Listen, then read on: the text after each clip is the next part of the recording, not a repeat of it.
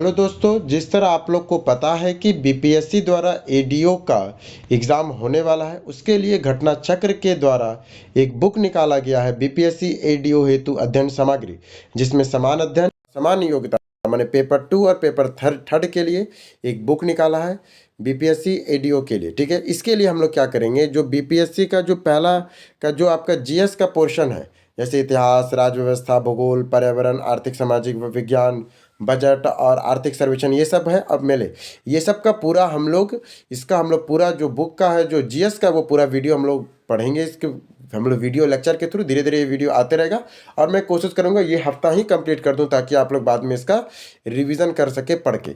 ठीक है, अगर आपको ये बुक चाहिए तो हमारे टेलीग्राम चैनल में आप देख सकते हैं कैसे मिलेगा। हाँ, मैं मैथ और रीजनिंग नहीं कराऊंगा, आप लोग पीडीएफ से ही अपना चाहे तो कर सकते हैं। बाकी मार्केट में ये बुक आया हुआ है, आप लोग मार्केट से भी ये बुक खरीद सकते हैं। तो चलिए, अगर आपको ये बुक पीडीएफ में चाहिए तो मेरे टेलीग्राम चैनल में आप जुड़ जाइएगा, मैं आपको बता दिया जाएगा। चलिए, आज हम लोग करेंगे ये सब बात खत्म करते हैं। हाँ, एक बात और, अगर आप लोग बीपीएससी एडीओ के लिए टेस्ट सीरीज कहीं देना चाहते हैं तो हमारे टेलीग्राम में फ्री ऑफ कॉस्ट, एकदम फ्री ऑफ कॉस्ट मैं डाल दिया हूँ। जिसको एडू तारा का जो अभी चल रहा है ना, स्पेशल फुल लेंथ टेस्ट जो कराया जा रहा है, उसको मैं अपने यूट्यूब चैनल सॉरी अपने टेलीग्राम चैनल में डाल रहा हूँ। आप चाहे तो उसको वहाँ से आप देख सकते हैं। ठीक है, तो चलिए शुरू करते हैं हम लोग। चलिए, इसका अध्ययन क्या कहते हैं, आज हम लोग इसका प्राचीन भारत मैंने इंडियन हिस्ट्री में प्राचीन भारत और मध्यकालीन भारत इस वीडियो में ख़त्म करेंगे। फिर आगे इसको याद करने के लिए बहुत अच्छा है बुक। चलिए शुरू करते हैं, बहुत ज़्यादा हो गया। हाँ, प्राचीन भारत के इतिहास, पाषाण काल और सैंधव सभ्यता। प्रथम मानव जीवाश्म भारत के इस नदी घाटी से प्राप्त हुआ है, तो नर्मदा घाटी से। प्रथम मानव जीवाश्म भारत के किस नदी घाटी से प्राप्त हुआ है, तो नर्मदा घाटी से प्राप्त हुआ। देखिए 66 से आया था। प्रथम मानव जीवाश्म भारत के किस नदी घाटी से प्राप्त हुआ है, नर्मदा घाटी से। भारतीय उपमहाद्वीप में पशुपालन के प्राचीनतम साक्ष्य प्राप्त हुए मेहरगढ़ से। भारतीय उपमहाद्वीप में पशुपालन के प्राचीनतम साक्ष्य कहाँ से प्राप्त हुए हैं, मेहरगढ़ से। चारकोलिथिक युग कहा जाता है ताम्रपाषाण युग को। चारकोलिथिक युग किसे कहते हैं, ताम्रपाषाण युग को चारकोलिथिक युग कहते हैं। अब आइए हड़प्पाकालीन नगरों के किनारे बसे प्रमुख नगरों को देखते हैं।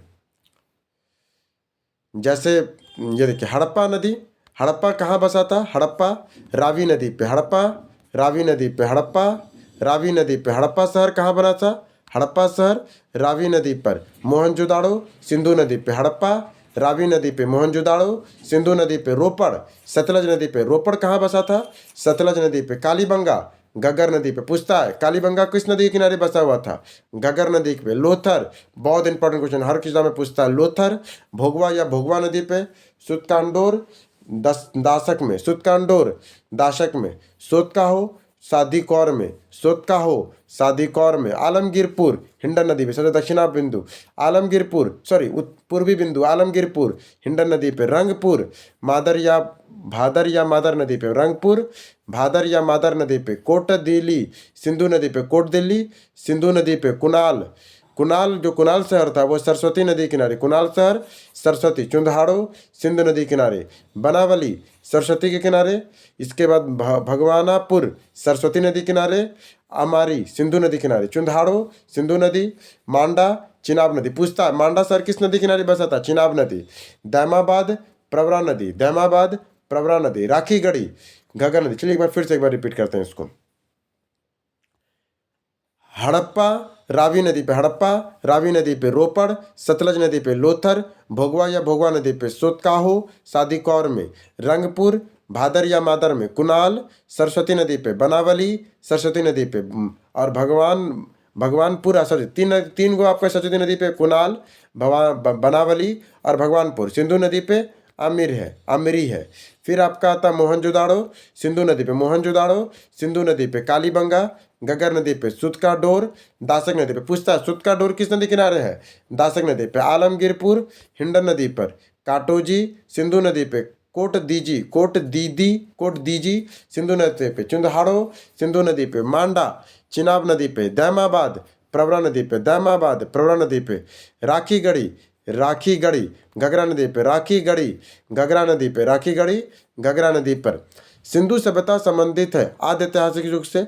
सिंधु सभ्यता किससे संबंधित है, आदि ऐतिहासिक युग से। हड़प्पा में मिट्टी के बर्तनों में सामान्यतः रंग का प्रयोग होता था, लाल रंग का। इस हड़प्पाई नगर में जुते हुए खेतों के निशान कहाँ मिलते हैं? कालीबंगा से। इस हड़प्पाई नगर में जुते हुए खेतों के निशान कहाँ मिलते हैं? कालीबंगा से। लोथर, कालीबंगा, लोथर, कालीबंगा, डाबरकोट, राखीगढ़ी। यह हड़प्पा-कालीन स्थल गुजरात में कहाँ है? तो लोथर में। ओहो, लोथर कहाँ पर? तो गुजरात में कौन सा हड़प्पा-कालीन स्थल था? तो लोथर है। सिंधु घाटी सभ्यता का पतन नगर कौन है? लोथर है। सिंधु घाटी सभ्यता का पतन नगर कौन था? लोथर। आइए, अब बहुत इंपॉर्टेंट एक क्वेश्चन पक्का हमको लगता है इससे आएगा। क्या है? सिंधु घाटी सभ्यता के प्रमुख स्थल, उत्खननकर्ता और वर्तमान स्थिति। हड़प्पा को किसने खोजा था? दयाराम साहनी और माधव स्वरूप वस्त ने। हड़प्पा सभ्यता को किसने खोजा था? दयाराम साहनी और माधव स्वरूप वस्त ने 1921 में। 1921 में, फिर 26 से 27 तक। देखिए, माधव दयाराम साहनी ने कहा 1921 में खोजा, सर दयाराम साहनी ने 1921 में खोजा और माधव स्वरूप वस्त 26 से 27 में खोजे थे। कहाँ पर ये हड़प्पा है? कहाँ पर? साहिवाल जनपद, पाकिस्तान में। हड़प्पा कहाँ पड़ता है? पाकिस्तान में, साहिवाल जनपद में। मोहनजोदाड़ो, राखलदास बनर्जी में। मेन तो यही पूछता है, चार गो जो है। मोहनजोदाड़ो किसने खोजा था? राखलदास बनर्जी ने। कब खोजा था? 1922 में। कहाँ पर? सिंध प्रांत में, लड़काना जनपद के सिंध प्रांत में खोजा था, पाकिस्तान में। ये भी मोहनजोदाड़ो है। चुंदहाड़ो, एनजी मजुमदार ने खोजा था। चुंदहाड़ो को किसने खोजा था? एमजी मजुमदार ने। पूछता है, चुंदहाड़ो को किसने खोजा था? एमजी मजुमदार ने। कब खोजा गया था? 1931 में, सिंध प्रांत, पाकिस्तान में। कालीबंगा, बी आर लाल और बी के थापर ने खोजा था। कालीबंगा, बी आर लाल और बी के थापर ने खोजा था 61 से 69 में, हनुमानगढ़, राजस्थान में। कालीबंगा, बी बी लाल और बी के थापर ने खोजा था 61 से 69 में, हनुमानगढ़, राजस्थान में। कोट दीजी, फजल अहमद खान ने खोजा था। कोट दीजी फजल अहमद खान ने खोजा था 57 से 58 में, खैरपुर, सिंध प्रांत, पाकिस्तान में। रंगपुर, एम एस वस्त ने खोजा था 34-35 में, सुरेंद्र, गुजरात में। रंगपुर को मेन पूछता है, रोपड़ को पूछता है। जगदत्त शर्मा 53 से 55 में, रूप, पंजाब में ये पड़ता है। लोथर, ऐसा राव खोजा था। ऐसा राव ने लोथर को खोजा था 54 से 55, अहमदाबाद, गुजरात में। आलमगीरपुर, जगदत्त शर्मा 58 में खोजा था, मेरठ, उत्तर प्रदेश में। सुतकोंडा डोर, ऑर्ले स्टालिन ने खोजा था। जॉन्स डेंट ने 1927 से 62 में, पाकिस्तान के मरकाना समुद्री तट में खोजा था। बनावली, रविंद्रनाथ विश्व ने खोजा था 74 से 77 में, फतेहाबाद, हरियाणा में। धौलावीरा, जेपी जोशी ने खोजा था 67 से 68, कच्छ, गुजरात में। सिंधु घाटी सभ्यता का सबसे महत्वपूर्ण स्थल कौन है? पक्की ईंट की बनी इमारत, कला और वास्तुकला। सिंधु घाटी से महत्वपूर्ण विषय क्या क्या थे? तो पक्की ईंट की बनी इमारत थी, कला था और वास्तुकला था। इस हड़प्पा कालीन स्थल को हल्का टेराकोटा प्राप्त हुआ था बनावली और कालीबंगा से। हल्का टेराकोटा कहाँ से प्राप्त होता है हड़प्पा कालीन स्थल में? तो बनावली, कालीबंगा से। हाथी, बैल, घोड़ा, वह जानवर जिसके बारे में सिंधु घाटी सभ्यता के लोग को पता ही नहीं था, इनमें से कोई नहीं, सबके बारे में पता था। हाथी के बारे में, बैल के बारे में, घोड़ा के बारे में, सबके बारे में। कहीं कहीं देता है घोड़ा, पर सबके बारे में पता था उनको। हड़प्पा और मोहनजोदाड़ो का उत्खनन संबंधित है। हड़प्पा और मोहनजोदाड़ो का उत्खनन किसे संबंधित नहीं है? तो बी एस स्मिथ नहीं था। बाकी बी एस स्मिथ ने क्या खोजा था? बी एस स्मिथ ने कुछ नहीं खोजा था, कुछ तो खोजा था बी एस स्मिथ। ओ, वाई एस वात्सल ने रंगपुर खोजा था। चलिए आइए, बी एस स्मिथ।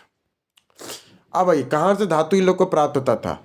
तांबा, खेतड़ी, राजस्थान, बलूचिस्तान, ओमान से। तांबा कहाँ से मिलता था? खेतड़ी, राजस्थान से, बलूचिस्तान से, ओमान से। लादवज कहाँ से मिलता है? बदखा, अफगानिस्तान से। लादवद, बदस्खा, अफगानिस्तान से। टिन, ईरान और अफगानिस्तान से। टिन कहाँ से मिलता था? ईरान और अफगानिस्तान से। चांदी, राजस्थान के जावर और अजमेर के खानों से और अफगानिस्तान के ईरान से। चांदी कहाँ से मिलता है? राजस्थान के जावर खान, अजमेर के खानों से और अफगानिस्तान के और ईरान से मिलता था। तांबा कहाँ से मिलता था? तांबा कहाँ से मिलता था? तो तांबा उनको मिलता था खेतड़ी। पूछता है कि तांबा कहाँ से मिलता था? तांबा खेतड़ी से मिलता था, बलूचिस्तान के ओमान से। लादबद, बदशाह, अफगानिस्तान से। टिन, ईरान और अफगानिस्तान से। चांदी, राजस्थान के जावर, अजमेर के खानों और अफगानिस्तान के ईरान से। अगला देखा जाए। सीसा, अफगानिस्तान, ईरान, अजमेर से। शिलाजीत, हिमालय से। गोमदेज, गुजरात से। अब आइए, नवीकरणीय स्थल से संबंधित स्थान जो भी नया है। उतनूर नवीकरण स्थल है जो तेलंगाना में पड़ता है। उतनूर तेलंगाना में पड़ता है। चिराद बिहार में पड़ता है। गुल्फकार कश्मीर में पड़ता है। पलाई पल्लमी तमिलनाडु में। उतनूर तेलंगाना में। उतनूर तेलंगाना में। चिराद बिहार में। गुल्फकार कश्मीर में। पलाईपल्ली तमिलनाडु में। उतनूर तेलंगाना में। चिराद बिहार में। गुल्फकार कश्मीर में। पलाईपल्ली तमिलनाडु में। भीमबेटका कहाँ पर है? तो रायसेना मध्य प्रदेश में। सिंधु घाटी सिंधु सभ्यता के पतन के कारण उनके मायने के करने वाले विद्वान कौन कौन थे? जलवायु परिवर्तन ओले स्टाइल और एन घोष ने। जलवायु परिवर्तन ओले स्टाइलन और एन घोष। भूतात्विक परिवर्तन M.R. साहनी का है। भूतात्विक परिवर्तन M.R. साहनी का है। प्राकृतिक आपदा KUR कैनेडी का है। प्राकृतिक आपदा KUR कैनेडी का है। विद्वान ने क्या देखे, जैसे सिंधु घाटी सभ्यता कैसे कैसे पतन हुआ, जलवायु परिवर्तन किसने बोला? ऑर्लेस्टाइन और एन घोष ने कहा। जलवायु परिवर्तन ऑर्लेस्टाइन और एन घोष ने। भूतात्विक परिवर्तन M.R. साहनी ने। भूतात्विक परिवर्तन M.R. साहनी ने। प्राकृतिक आपदा KUR कैनेडी ने। प्राकृतिक आपदा KUR कैनेडी ने। बाढ़ मैके और मार्शल ने। बाढ़ किसने कहा? मैके और मार्शल ने। आर्यों का प्रकरण आर्यों का आक्रमण गार्डन चाइल्ड और हिलर ने। आर्यों का आक्रमण गार्डन चाइल्ड और हिलर ने। पर्यावरण परिवर्तन M. मित्रमेव ने। पर्यावरण परिवर्तन M. मित्रमेव ने। IIT खड़गपुर के अध्ययन के दल की रिपोर्ट के अनुसार लगातार कितने वर्ष ना के बराबर वर्षा होने वाला सिंधु घाटी सभ्यता का पतन हो गया था? तो 900 वर्षों तक। IIT खड़गपुर वाले है ना, एक अध्ययन किया जिसने बताया कि सिंधु घाटी सभ्यता का पतन क्यों हुआ था? तो 900 वर्ष तक यहाँ बारिश ही नहीं हुआ, इसलिए पतन हो गया। प्राचीन काल में गंगा के दक्षिणी क्षेत्र को कहा जाता था मगध। प्राचीन काल में गंगा के दक्षिणी क्षेत्र को क्या कहते थे? मगध। ये ना एक शॉर्ट नोट्स के टाइप में है, ये बुक एक शॉर्ट नोट्स के टाइप में है। अब आइए हम लोग दूसरा चैप्टर करेंगे इसका, वैदिक काल। वैदिक काल और पुरोहित। ऋग्वेद का उपवेद आयुर्वेद को कहते थे, ये पूछा हुआ क्वेश्चन है। ऋग्वेद का उपवेद आयुर्वेद को, उसके पुरोहित को होता कहते थे। ऋग्वेद के उपवेद को आयुर्वेद, पुरोहित होता था। यजुर्वेद, इसका उपवेद को धनुवेद कहते थे, पुरोहित अघुवाई। यजुर्वेद का उपवेद कौन है? धनुवेद है। और पुरोहित कौन है? अधवायु है। सामवेद गंधर्वेद है और उद्गाता है। अथर्ववेद का उपवेद है अर्थशास्त्र, पुरोहित है ब्रह्मा। फिर से ऋग्वेद का पुरोहित कौन होता है? होता। यजुर्वेद का अर्धायु, सामवेद का उद्गाता, अथर्ववेद का ब्रह्मा। ऋग्वेद का उपवेद कौन है? आयुर्वेद। यजुर्वेद का उपवेद कौन है? धनुवेद। पूछता है यजुर्वेद का उपवेद कौन है? धनुवेद। सामवेद का गंधर्ववेद। अथर्ववेद का अर्थशास्त्र है। सैनिक ऋषियों के अनुसार अथर्ववेद ऋग्वेद का उपवेद है, जबकि सुश्रुत के अनुसार अथर्ववेद का उपवेद है ये। ओहो, देखिए ऋषि सौनिक के अनुसार बोलता है कि आयुर्वेद जो है ना वो ऋग्वेद का उपवेद है, जबकि सुश्रुत के अनुसार अथर्ववेद का उपवेद है आयुर्वेद। अब आइए वैदिक युगीन प्रमुख शब्दावली और उनके अर्थ क्या होता था। अघन्या, जो वध न करने योग्य अर्थात गाय। गाय को क्या कहते थे? अघन्या कहते थे। दुहिता, दूध दुहने वाली अर्थात पुत्री। दूध दुहने वाली अर्थात पुत्री दुहिता कहते थे। उर्वरा, जुते हुए खेत को उर्वरा कहते थे। लागल, हल को कहते थे लागल। पूछता लागल का वैदिक शब्द क्या था? लागल।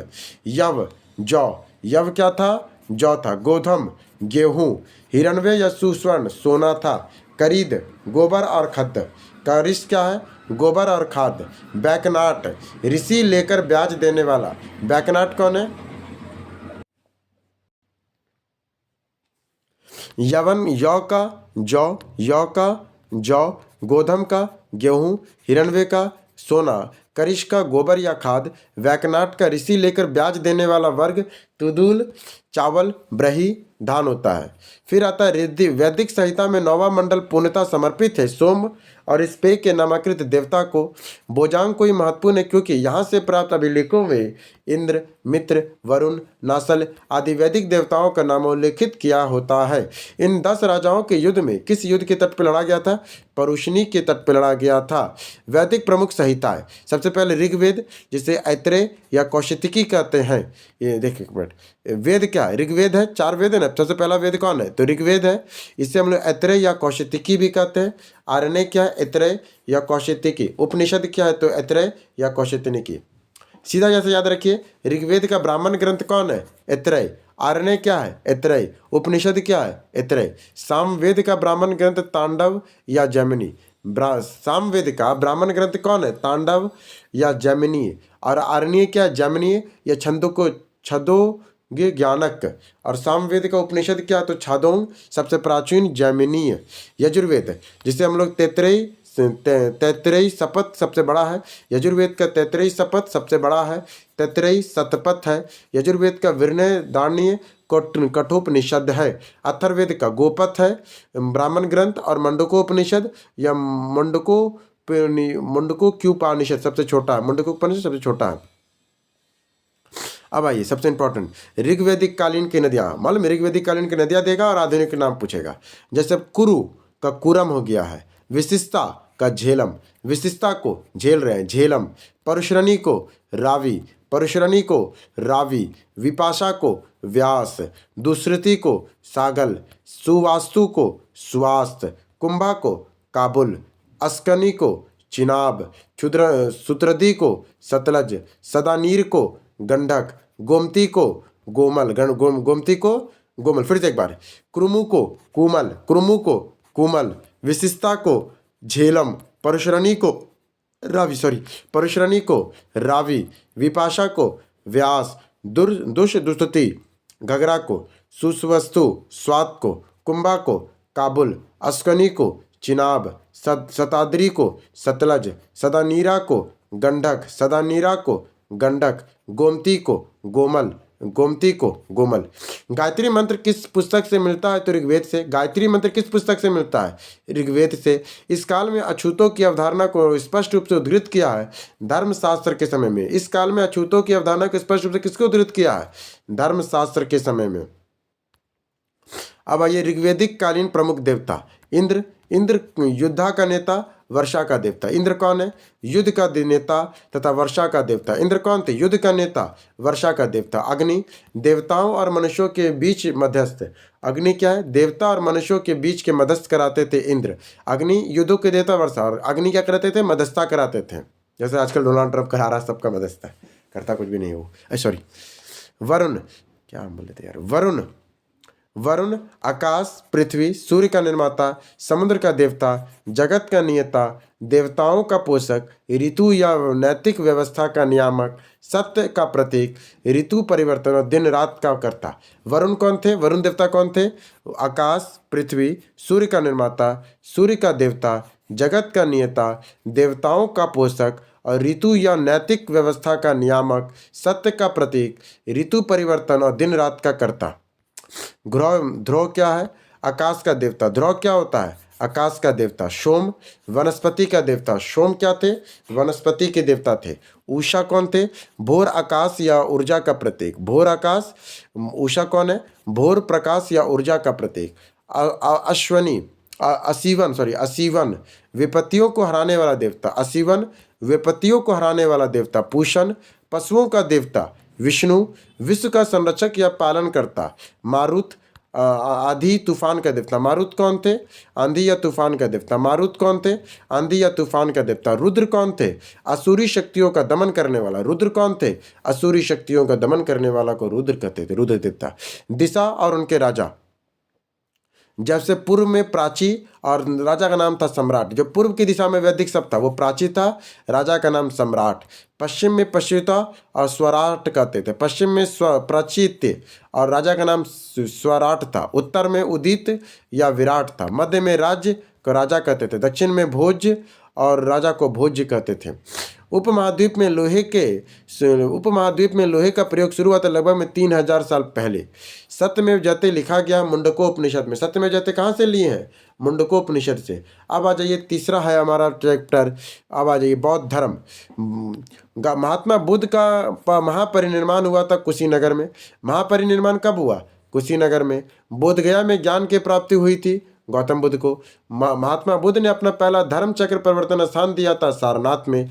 गौतम बुद्ध ने अपना प्रथम उपदेश दिया था सारनाथ में। गौतम बुद्ध ने अपना प्रथम उपदेश कहाँ दिया था, सारनाथ में दिया था। फिर आता बौद्ध संगीति और उनके जड़, बहुत इंपॉर्टेंट है बौद्ध संगीति। चलिए शुरू करते हैं। प्रथम बौद्ध संगीति 483 ईसा पूर्व में राजगिरी में हुआ था। दूसरा, एक बार ना पूरा पढ़ते फिर इसको याद करेंगे एक बार। प्रथम 483 ईसा पूर्व में राजगिरी में हुआ। अध्यक्ष कौन थे? महाकश्यप। शासक कौन था? अजातशत्रु। द्वितीय हुआ 383 ईसा पूर्व में वैशाली में हुआ। सबक मीर, सब कार्मी भी इसे कहते थे, अध्यक्ष थे, कालाशोक के सामने हुआ। तृतीय शताब्दी में हुआ, पाटलिपुत्र में हुआ। मोगली तिस्तम उसके अध्यक्ष थे और अशोक इसके शासक थे। चतुर्थ में प्रथम शताब्दी में हुआ, कुंडलवन कश्मीर में हुआ। वसुमित्र उपाध्यक्ष थे, कनिष्क और अश्वघोष इसके शासक थे। फिर से हुआ, प्रथम कब हुआ? 483, द्वितीय 383, तृतीय हुआ तृतीय शताब्दी में, चौथा हुआ प्रथम शताब्दी में। प्रथम कहाँ हुआ था? राजगिरी में। द्वितीय हुआ था वैशाली में। तीसरी हुआ था पाटलिपुत्र में। चौथा हुआ कुंडलवन कश्मीर में। और तीनों कहाँ है? बिहार में ऊपर का। प्रथम में महाकश्यप थे, फिर महान के बाद सब लोग आओ, सभाकर्मी आ जाओ, फिर मोगली से जंगल को बुला, याद कराने के लिए बोल रही है मोगली, तो मोगली पुत्रम तिस्तम का। और चतुर्थ में है वसुमित्र उपाध्यक्ष थे। पहला में अजातशत्रु, दूसरा में काला अशोक, तीसरा में अशोक, चौथा में कनिष्क थे। भगवान बुद्ध के महापरिनिर्वाण के बाद पहली बौद्ध संगति हुई थी राजगीर के राजगीर में। महात्म भारतीय काल में स्तूप चैत्य और विहार का निर्माण संबंधित है बौद्ध धर्म से। स्तूप चैत्य और विहार का संबंध किससे है? तो बौद्ध धर्म से है। बुद्ध के जीवन से संबंधित परिघटनाओं से संबंधित स्थान कौन कौन है? तो ज्ञान प्राप्ति बोध गया में। जन्म कहाँ हुआ था इनका? लुम्बिनी में। ज्ञान की प्राप्ति बोध गया में। प्रथम प्रवचन सारनाथ में। निर्धन कब हुआ? कुशीनगर 41वीं में हुआ था, कुशीनगर में हुआ था इनका मृत्यु। फिर गौतम बुद्ध को जन्म कहाँ हुआ? लुम्बिनी में, बोध गया। महाबोधि मंदिर किसने बनवाया है? महाबोधि मंदिर बना। गौतम बुद्ध के ज्ञान की प्राप्ति हुआ था। महाबोधि मंदिर क्यों बनाया गया? गौतम बुद्ध के ज्ञान की प्राप्ति के कारण। जो बोध गया में जो बोधि वृक्ष किस पीढ़ी का है? 5वीं पीढ़ी का है। त्रिपिटक शब्द में पुस्तक क्या, किस धर्म का? त्रिपिटक धर्म का पुस्तक बौद्धों का है। रत्नागिरी पुस्तक स्थित विश्व शांति स्तूप विहार है राजगीर में। गौतम बुद्ध एक देवता का स्थान किस राजा के युग में प्राप्त हुआ? तो कनिष्क के युग में प्राप्त हुआ। नालंदा विश्वविद्यालय की स्थापना हुई थी गुप्त काल में। नालंदा विश्वविद्यालय की स्थापना किस युग में हुआ था? गुप्त काल में। नालंदा विश्वविद्यालय के संस्थापक कौन है? कुमार गुप्त है। नालंदा विश्वविद्यालय के विश्व प्रसिद्ध थे बौद्ध धर्म के दर्शन के कारण। नालंदा विश्वविद्यालय विश्व प्रसिद्ध क्यों हुई? बौद्ध धर्म के दर्शन के कारण। विक्रमशिला विश्वविद्यालय किसके द्वारा स्थापित किया गया था? धर्मपाल के द्वारा। विक्रमशिला विश्वविद्यालय किसके द्वारा स्थापित किया गया था? धर्मपाल के द्वारा। बिहार में विक्रमशिला विश्वविद्यालय के संबंध में कथन असत्य है, तो सत्य क्या है भैया? यह बिहार के बांका जिले में नहीं, विक्रमशिला विश्वविद्यालय ना भागलपुर जिले में पड़ता था। यह ये गलत है इसमें। बिहार का जो विक्रमशिला विद्यालय वो थोड़ा कन्फ्यूजन कराने देते हैं। नव नालंदा महाविहार किसके लिए विख्यात है? नव नालंदा महाविहार किसके लिए विख्यात है? तो पाली अनुसंधान संस्था के लिए। नव नालंदा महाविहार किसके लिए विख्यात है?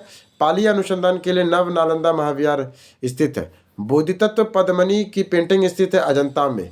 बोधितत्व पद्मनी की पेंटिंग कहाँ स्थित है? अजंता में। बोधिसत्व पद्मनी की पेंटिंग कहाँ है? अजंता में है। वह बात जो बौद्ध धर्म से जैन धर्म में समान नहीं है वह आत्मदहन। वह बात जो बौद्ध धर्म तथा जैन धर्म में समान नहीं है तो आत्मदमन। बौद्ध धर्म आत्मदमन की बात नहीं करता, जैन धर्म जो है वो आत्मदमन की बात करता है। अब आ जाइए जैन धर्म। महावीर स्वामी का जन्म कहाँ हुआ था? कुंडल ग्राम में। महावीर बहुत इंपॉर्टेंट है, बहुत बार देख रहे हैं, 1 2 3 4 बार पूछा है, सॉरी 3 बार एक साथ हुआ था, सॉरी। महावीर स्वामी का जन्म कहाँ हुआ था? सबको पता है, कुंडल ग्राम। महावीर स्वामी का जन्म कुंडल ग्राम कहाँ पड़ता है? ये बिहार में पड़ता है। जैन धर्म के 24वें तीर्थंकर महावीर स्वामी के निर्माण कहाँ हुआ था? पावापुरी में। जन्म हुआ कुंडल ग्राम, निर्वाण प्राप्त कहाँ हुआ? पावापुरी में। निर्वाण कहाँ प्राप्त हुआ? पावापुरी में। आइए कुछ जैन धर्म और उनके प्रतीक पूछता है, सबसे इंपॉर्टेंट। ऋषिभदेव बैल है उनका प्रतीक, ऋषिभदेव बैल है। अजीतनाथ हाथी है, अजीतनाथ हाथी है। संभवनाथ घोड़ा है, संभवनाथ घोड़ा है। अभिनंदननाथ बंदर है। पहला ऋषभदेव बैल, अजीतनाथ हाथी, संभवनाथ घोड़ा, अभिनंदननाथ बंदर, अभिनंदननाथ बंदर है।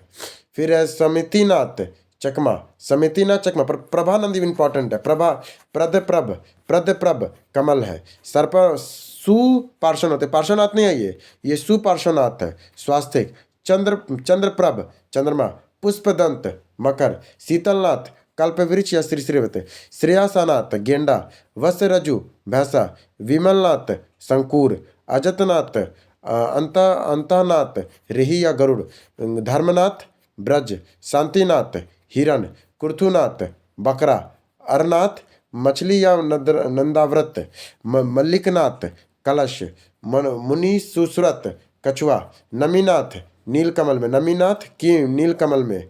फिर नेमिनाथ अष्टनोमी शंख है, पार्श्वनाथ सर्प फन है, महावीर स्वामी सिंह है, महावीर स्वामी सिंह है। वह स्थान जहाँ महावीर स्वामी को कैवल्य प्राप्त हुआ, जम्बकी ग्राम। पूछता है महावीर स्वामी को कैवल्य या ज्ञान कहाँ प्राप्त हुआ? बैकग्राउंड आवाज़ के लिए सॉरी। वह स्थान जहाँ से भगवान महावीर को वह स्थान जहाँ भगवान महावीर को ज्ञान या कैवल्य प्राप्त हुआ वह जम्बकी ग्राम था। त्रिरत्न या तीन रत्न जैसे सम्यक दर्शन, सम्यक ज्ञान, सम्यक चरित्र संबंधित है जैन धर्म से। फिर आता है जैन संगति। प्रथम जैन संगति 310 ईसा पूर्व में हुआ था, पाटलिपुत्र में। स्थल वृद्ध उसके अध्यक्ष थे, चंद्रगुप्त मौर्य शासक थे। 12 अंगों की रचना हुई थी। द्वितीय 512 वल्लभी में हुआ था, क्षमा क्षरण में। अध्यक्ष कौन थे? देवधरी ग्रानी। विलुप्त जैन ग्रंथों के नए ढंग से निर्धारण और संपादन हुआ था द्वितीय में। पहला हुआ था 310 ईसा पूर्व में, द्वितीय हुआ था 512 में वल्लभी में। अब आ जाइए, 12 अंग, 12 उपांग, 14 पर्व, 14 उप पर्व से सबसे पूर्णकालिक ज्ञान ग्रंथ कौन है? 14 पर्व। पूछेगा जैन धर्म का सबसे पूर्णकालिक कौन है? तो 14 पर्व है। भगवान महावीर का प्रारंभिक शिष्य कौन थे? तो जामिली, इनके दामाद थे ये। भगवान महावीर के प्रारंभिक शिष्य कौन थे? जामिली थे। आजीवक संप्रदाय का वास्तविक संस्थापक कौन है? मोखली पुत्र गौसल है, मोखली पुत्र गौसल है। आजीवक संप्रदाय के वास्तविक संस्थापक कौन है? मोखली पुत्र गौसल है। बराबर की पहाड़ियों का उपयोग किसके आश्रय गृह के रूप में हुआ था? बराबर की जो पहाड़ियां थी किसके आश्रय गृह के रूप में प्रयोग किए हैं? आजीविकों का। बराबर की पहाड़ी किसका उपयोग आश्रय गृह के रूप में किए हैं? आजीविकों का किए आश्रय गृह के रूप में। फिर आइए शैव धर्म के प्रमुख संप्रदाय और संस्थापक। पशुपात, लकुशिस, लिगायत, बासव, नाथ, महेंद्रनाथ। भगवान संप्रदाय के विकास किसका अधिकार है? गुप्त। भागवत संप्रदाय का विकास में किसका अधिकार दे हैं? तो गुप्तों का है। आइए अब करेंगे 6ठी शताब्दी। ये हम लोग का हो गया, जैन धर्म बौद्ध धर्म हो गया। अब 5वां है 6ठी शताब्दी ईसा पूर्व की राजनीतिक दशा। चंद्रगुप्त मौर्य, अशोक महान, चंद्रगुप्त विक्रमादित्य, कनिष्क में किसने पाटलिपुत्र को अपनी राजधानी सर्वप्रथम बनाया था? चंद्रगुप्त मौर्य। इसमें से चंद्रगुप्त मौर्य। अगर मान लीजिए कोई पूछता है कि इसमें से कौन है, तो चंद्रगुप्त मौर्य। पर सबसे पहले अपने पाटलिपुत्र किसने बनाया? तो उदयनीन ने बनाया था। हर्यक वंश का एक राजा था, हर्यक वंश का एक राजा था उदयनीन, उसने ही सर्वप्रथम बनाया था पाटलिपुत्र को राजधानी। पर विकल्पों का नाम था चंद्रगुप्त मौर्य, क्योंकि सबसे पहले तो चंद्रगुप्त मौर्य है, फिर उसका बेटा अशोक महान है, फिर चंद्रगुप्त मौर्य है, फिर कनिष्क है, सब बहुत बाद में आता है। इस राजा ने दिए थे, आ गया ना, किस राजा ने पाटलिपुत्र को बसाया? तो अजातशत्रु ने। देखो पाटलिपुत्र बसाया, राजधानी नहीं बनाया। यहाँ ध्यान देखिए, किस राजा ने पाटलिपुत्र बसाया? अजातशत्रु ने। सर्वप्रथम पाटलिपुत्र को राजधानी के रूप में चयन किसने किया? उदयगिरि ने। सर्वप्रथम देखिए, बसाया अजातशत्रु ने, राजधानी बनाया उदयदीन ने। प्रारंभिक वैदिक काल के दौरान वह प्राचीन मगध राजा कि प्राचीन वैदिक काल के दौरान वह शहर जो प्राचीन मगध साम्राज्य की राजधानी के रूप में कार्य किया वो राजगिरी। याद रखिएगा, ये क्या लिखा है? प्रारंभिक वैदिक काल का बात कर रहा है। वह शहर जो प्राचीन मगध साम्राज्य की राजधानी था राजगिरी, राजगिरी के बाद पाटलिपुत्र बना है। प्रथम मगध साम्राज्य के उत्कर्ष किस शताब्दी में हुआ था? तो ईसा पूर्व 6ठी में हुआ था। विश्व का पहला गणतंत्र वैशाली स्थापित किया गया था लिच्छवियों द्वारा। गणतंत्र मतलब वहाँ के लोग आपस में, वहाँ कोई राजा नहीं होता था। विश्व का पहला गणतंत्र वैशाली में स्थापित किया गया था लिच्छवियों के द्वारा। 6ठी ईसा पूर्व के विश्व का प्रथम गणतंत्र व्यवस्था थी वैशाली में। ईसा पूर्व 6ठी सदी में विश्व का प्रथम गणतंत्र व्यवस्था कहाँ थी? तो वैशाली में थी। 16 महाजनपदों की सूची उपलब्ध है अंगुत्तर निकाय में, भगवती सूत्र में। 16 महाजनपदों की सूची कहाँ उपलब्ध है? अंगुत्तर निकाय और भगवती सूत्र में उपलब्ध है। आइए 16 महाजनपद को फटाक से एक बार देखते हैं हम लोग। अंग महाजनपद की राजधानी चंपा है। ये भागलपुर मुंगेर पड़ता है। जो बिहार का ना वो ज़्यादा इंपॉर्टेंट याद रखिएगा। अंग महाजनपद चंपा में पड़ता है, भागलपुर मुंगेर बिहार में। अवंती उसकी राजधानी उज्जैन या उज्जैनी थी, मालवा मध्य प्रदेश में पड़ता है। सूरसेन ये मथुरा है, ब्रजखंड उत्तर प्रदेश में पड़ता है आज का। सूरसेन की राजधानी मथुरा। मेन याद रखना है महाजनपद और उसकी राजधानी को। काशी वाराणसी है वो। कौशल श्रावस्ती या साकेत, कौशल श्रावस्ती या साकेत अयोध्या में पड़ता है ये। कौशल श्रावस्ती या साकेत। कुरु इंद्रप्रस्थ, कुरु कहाँ है? तो इंद्रप्रस्थ है। कंबोज का हाटक या राजपुर, हजारा। कंबोज की राजधानी कहाँ थी? हाटक या राजपुर थी। अस्मक पोटिन या पोतन, ये गोदावरी नदी के तट दक्षिण भारत का एकमात्र महाजनपद है ये। और कम्बोज जो ये पाकिस्तान में आज का चल गया है कम्बोज। असमक, पोटन या पोतिन दक्षिण भारत में स्थित है, गोदावरी नदी के तट पर स्थित था। चेंदी शक्तिमती है, बुंदेलखंड उत्तर प्रदेश का मध्य प्रदेश में। चेंदी शक्तिमती का, चेंदी की राजधानी क्या थी? तो शक्तिमती थी। पांचाल, हमारा पांचाल अछंदंती उत्तर प्रदेश में पड़ता है। पांचाल की राजधानी अछितित बरेली बदायूं में पड़ता है, और इसका दक्षिण प्रांत का काम्पेली। पांचाल की राजधानी अछिदित। वज्जी का वैशाली, पुस्ता वज्जी का ही है, मैंने पुस्ता वज्जी की है वैशाली में, ये वैशाली दरभंगा क्षेत्र में बिहार में और मिथिला क्षेत्र में पड़ता है ये वज्जी। फिर वस्त, ये कौशाम्बी में पड़ता है, वस्त कौशाम्बी में पड़ता है। प्रयागराज, इलाहाबाद तथा कौशाम्बी के आसपास उत्तर प्रदेश में। मगध, गिरिब्रिज या राजगिर, पटना, गया, नालंदा बिहार में पड़ता है मगध। मत्स्य, विराटनगर, जयपुर, अरवल, पोटकिट, बाडेर तथा भरतपुर राजस्थान के आसपास का क्षेत्र है मत्स्य। मल्ल, पावा या कुशीनगर, कुशीनारा, कुशीनारा देवनरिया, गोरखपुर, सिद्धार्थनगर और नेपाल में पड़ता है ये। कांधार, तक्षशिला, पाकिस्तान के पश्चिमी क्षेत्र तथा अफगानिस्तान में ये पड़ता है। 16 महाजनपद पढ़ लिए। अंग महाजनपद की चंपा। आप लोग बताइएगा आज का आप कौन सा जनपद में रहते हैं? चलो हटाइए। अजातशत्रु का वंश क्या था? हर्यक वंश, इसे पृथहंता वंश भी कहते हैं। अजातशत्रु का वंश किस वंश से है? हर्यक वंश से है। नंद वंश के पश्चात मगध पे जिस राजवंश का शासन हुआ वो मौर्य थे। नंद वंश के पश्चात मगध पे जिस राजवंश का शासन हुआ कौन थे? वो मौर्य थे। मगध के शासक बिंबिसार का चित्कर्ष कौन था? जीवक, बहुत विद्वान शासक चित्कर्ष था ये। मगध के शासक बिंबिसार का चित्कर्ष कौन था? पूछता जीवक किसका चित्कर्ष था? तो बिंबिसार का। पूछेगा बिंबिसार के चित्कर्ष का नामक क्या था? तो जीवक था। मगध के राजा को जो सिकंदर के महान के समकालीन थे वो धनानंद थे। मगध के राजा सिकंदर के महान के समकालीन कौन थे? धनानंद थे। मौर्य के अंतर्गत भौतिक संस्कृति के प्रसार में सहायता करते हैं व्यापारी, बौद्ध, साधु, प्रकाशक। मौर्य के अंतर्गत भौतिक संस्कृति के प्रसार में सहायता कौन करते थे? व्यापारी, बौद्ध, व्यापारी, बौद्ध, साधु और प्रशासक, भौतिक सांस्कृतिक प्रसार के लिए। अब आ जाइए मौर्य साम्राज्य। भारत के प्रथम विशाल साम्राज्य की स्थापना किस शासक के द्वारा की गई थी? चंद्रगुप्त मौर्य के द्वारा। जिसके ग्रंथ में चंद्रगुप्त मौर्य की विशिष्ट रूप से वर्णन किया होगा वह है विशाखदत्त। बोलेंगे चंद्रगुप्त मौर्य का विशिष्ट रूप से वर्णन किसमें है? तो विशाखदत्त में है। सैडोकोटस से चंद्रगुप्त मौर्य की पहचान किसने की थी? विलियम जोन्स ने। देखो चंद्रगुप्त मौर्य का एक नाम सैडोकोटस भी जो यूनानियों ने लिखा, इसकी पहचान किसने की थी? विलियम जोन्स ने किया था। कौटिल्य के अर्थशास्त्र इस पहलू पे प्रकाश डाला कि राजनीतिक नीतियों पे कौटिल्य का जो अर्थशास्त्र वो कैसा है? आपको लगेगा इकोनॉमी बुक है, नहीं, वो राजनीतिक बुक है। पाटलिपुत्र में स्थित चंद्रगुप्त का महल मुख्यतः किसका बना हुआ था? लकड़ी का। मौर्य साम्राज्य जिसके ढक्कन की चढ़ाई की थी वह चंद्रगुप्त है। मौर्य राजा जिसने ढक्कन की चढ़ाई की थी वह चंद्रगुप्त। अभिलेख जिससे यह प्रमाणित होता है कि चंद्रगुप्त का प्रभाव पश्चिम भारत में भी था वह है रुद्रदामन का जूनागढ़ शिलालेख। अभिलेख जिसमें यह प्रमाणित होता है कि चंद्रगुप्त का प्रभाव पश्चिम भारत में भी था वह है रुद्रदामन का जूनागढ़ शिलालेख। वह क्षेत्र जो अशोक के साम्राज्य में सम्मिलित नहीं है, श्रीलंका अशोक के साम्राज्य में सम्मिलित नहीं था। आइए प्रशासनिक समिति और उनके कार्य देखें।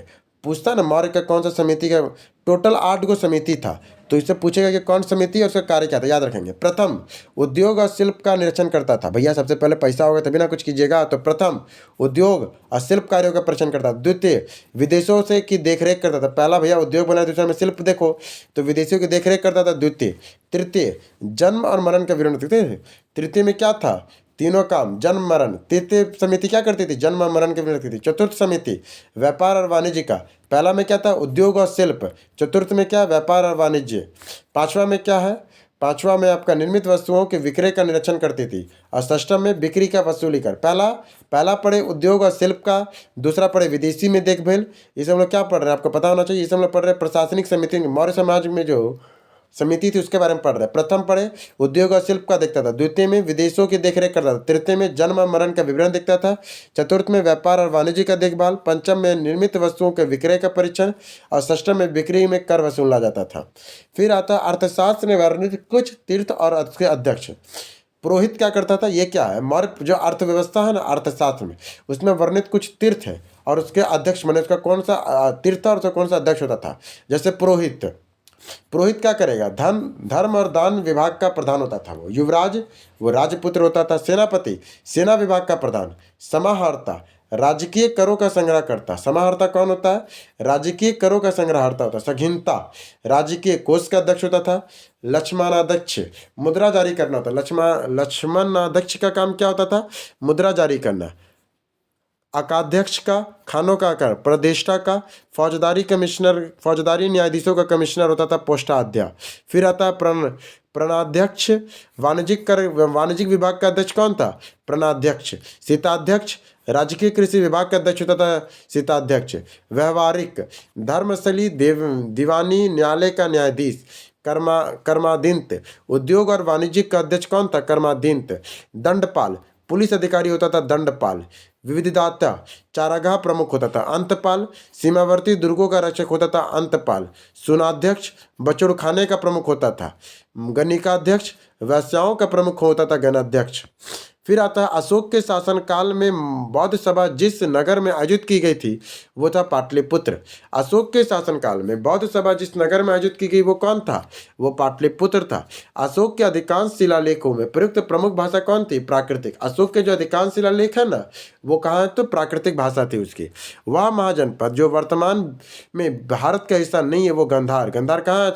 आज का अफगानिस्तान में है वो। अशोक की नीति अर्थात परिणामों के कारण ही मौर्य साम्राज्य के पतन का अधिकांश उचित था। यह तथ्य में विश्वास किसका था?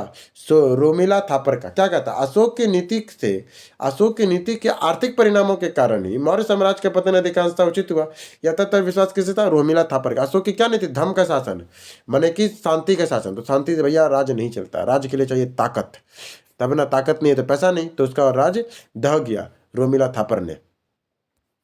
महावंश के अनुसार बिंबिसार की आयु सिंहासन पर कब बैठा था? महावंश के अनुसार बिंबिसार मात्र 15 वर्ष की आयु में बैठा था। और आज हम लोग भी चलटाइए।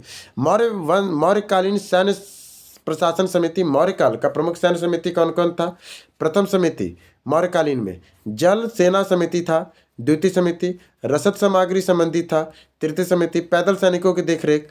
चतुर्थ समिति अश्वरोही सेना देखरेख। पंचम में गज सेना और षष्ठ में थल सेना। ओहो, आपको समझाते, 1 मिनट खाली आपको समझाते। इधर कुछ है नहीं। यहाँ कह रहा है ना कि मौर्यकालीन का जो सैन्य प्रशासन था उसकी समिति कैसे थी? सबसे प्रथम समिति में आती थी जल सेना, जल से जो आक्रमण करेगा प्रथम में आएगा। दूसरा में रसद सामग्री, जो सेना लड़ रहा है उसको रसद खाना पीना देने वाला। अब आ जाइए तृतीय में पैदल सैनिक, उसके नीचे चतुर्थ में रहेंगे अश्वरोही घोड़ा में, पांचवा में रहेंगे उसके पीछे हाथी में, और उसके नीचे रहेंगे रथ में राजा। पहला दूसरा याद रखिए जल और दूसरा रसद। अब यहाँ तीसरा से छठा याद करना आसान है। पहला पैदल, फिर घोड़ा में, फिर हाथी में, फिर राजा रहेगा रथ में। फिर आ जाता है सुदर्शन झील के निर्माण और जीर्णोद्धार से संबंधित विवरण। बहुत इंपॉर्टेंट है सुदर्शन झील, गुजरात में पड़ता है। इसका शासक कौन था? चंद्रगुप्त मौर्य। अधिकारी पुष्पगुप्त। ठीक है, मैंने सुदर्शन झील हुआ ना, उसका पुनरुद्धार हुआ तो उसके सामने कुछ अधिकारी उसके बारे में लिखा है।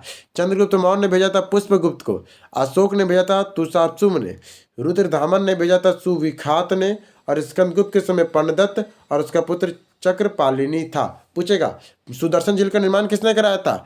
चंद्रगुप्त मौर्य ने। उसका अधिकारी कौन था? पुष्पगुप्त। अशोक ने फिर उसका निर्माण कराया, तुषार मनीष मरम्मत करा रहा है।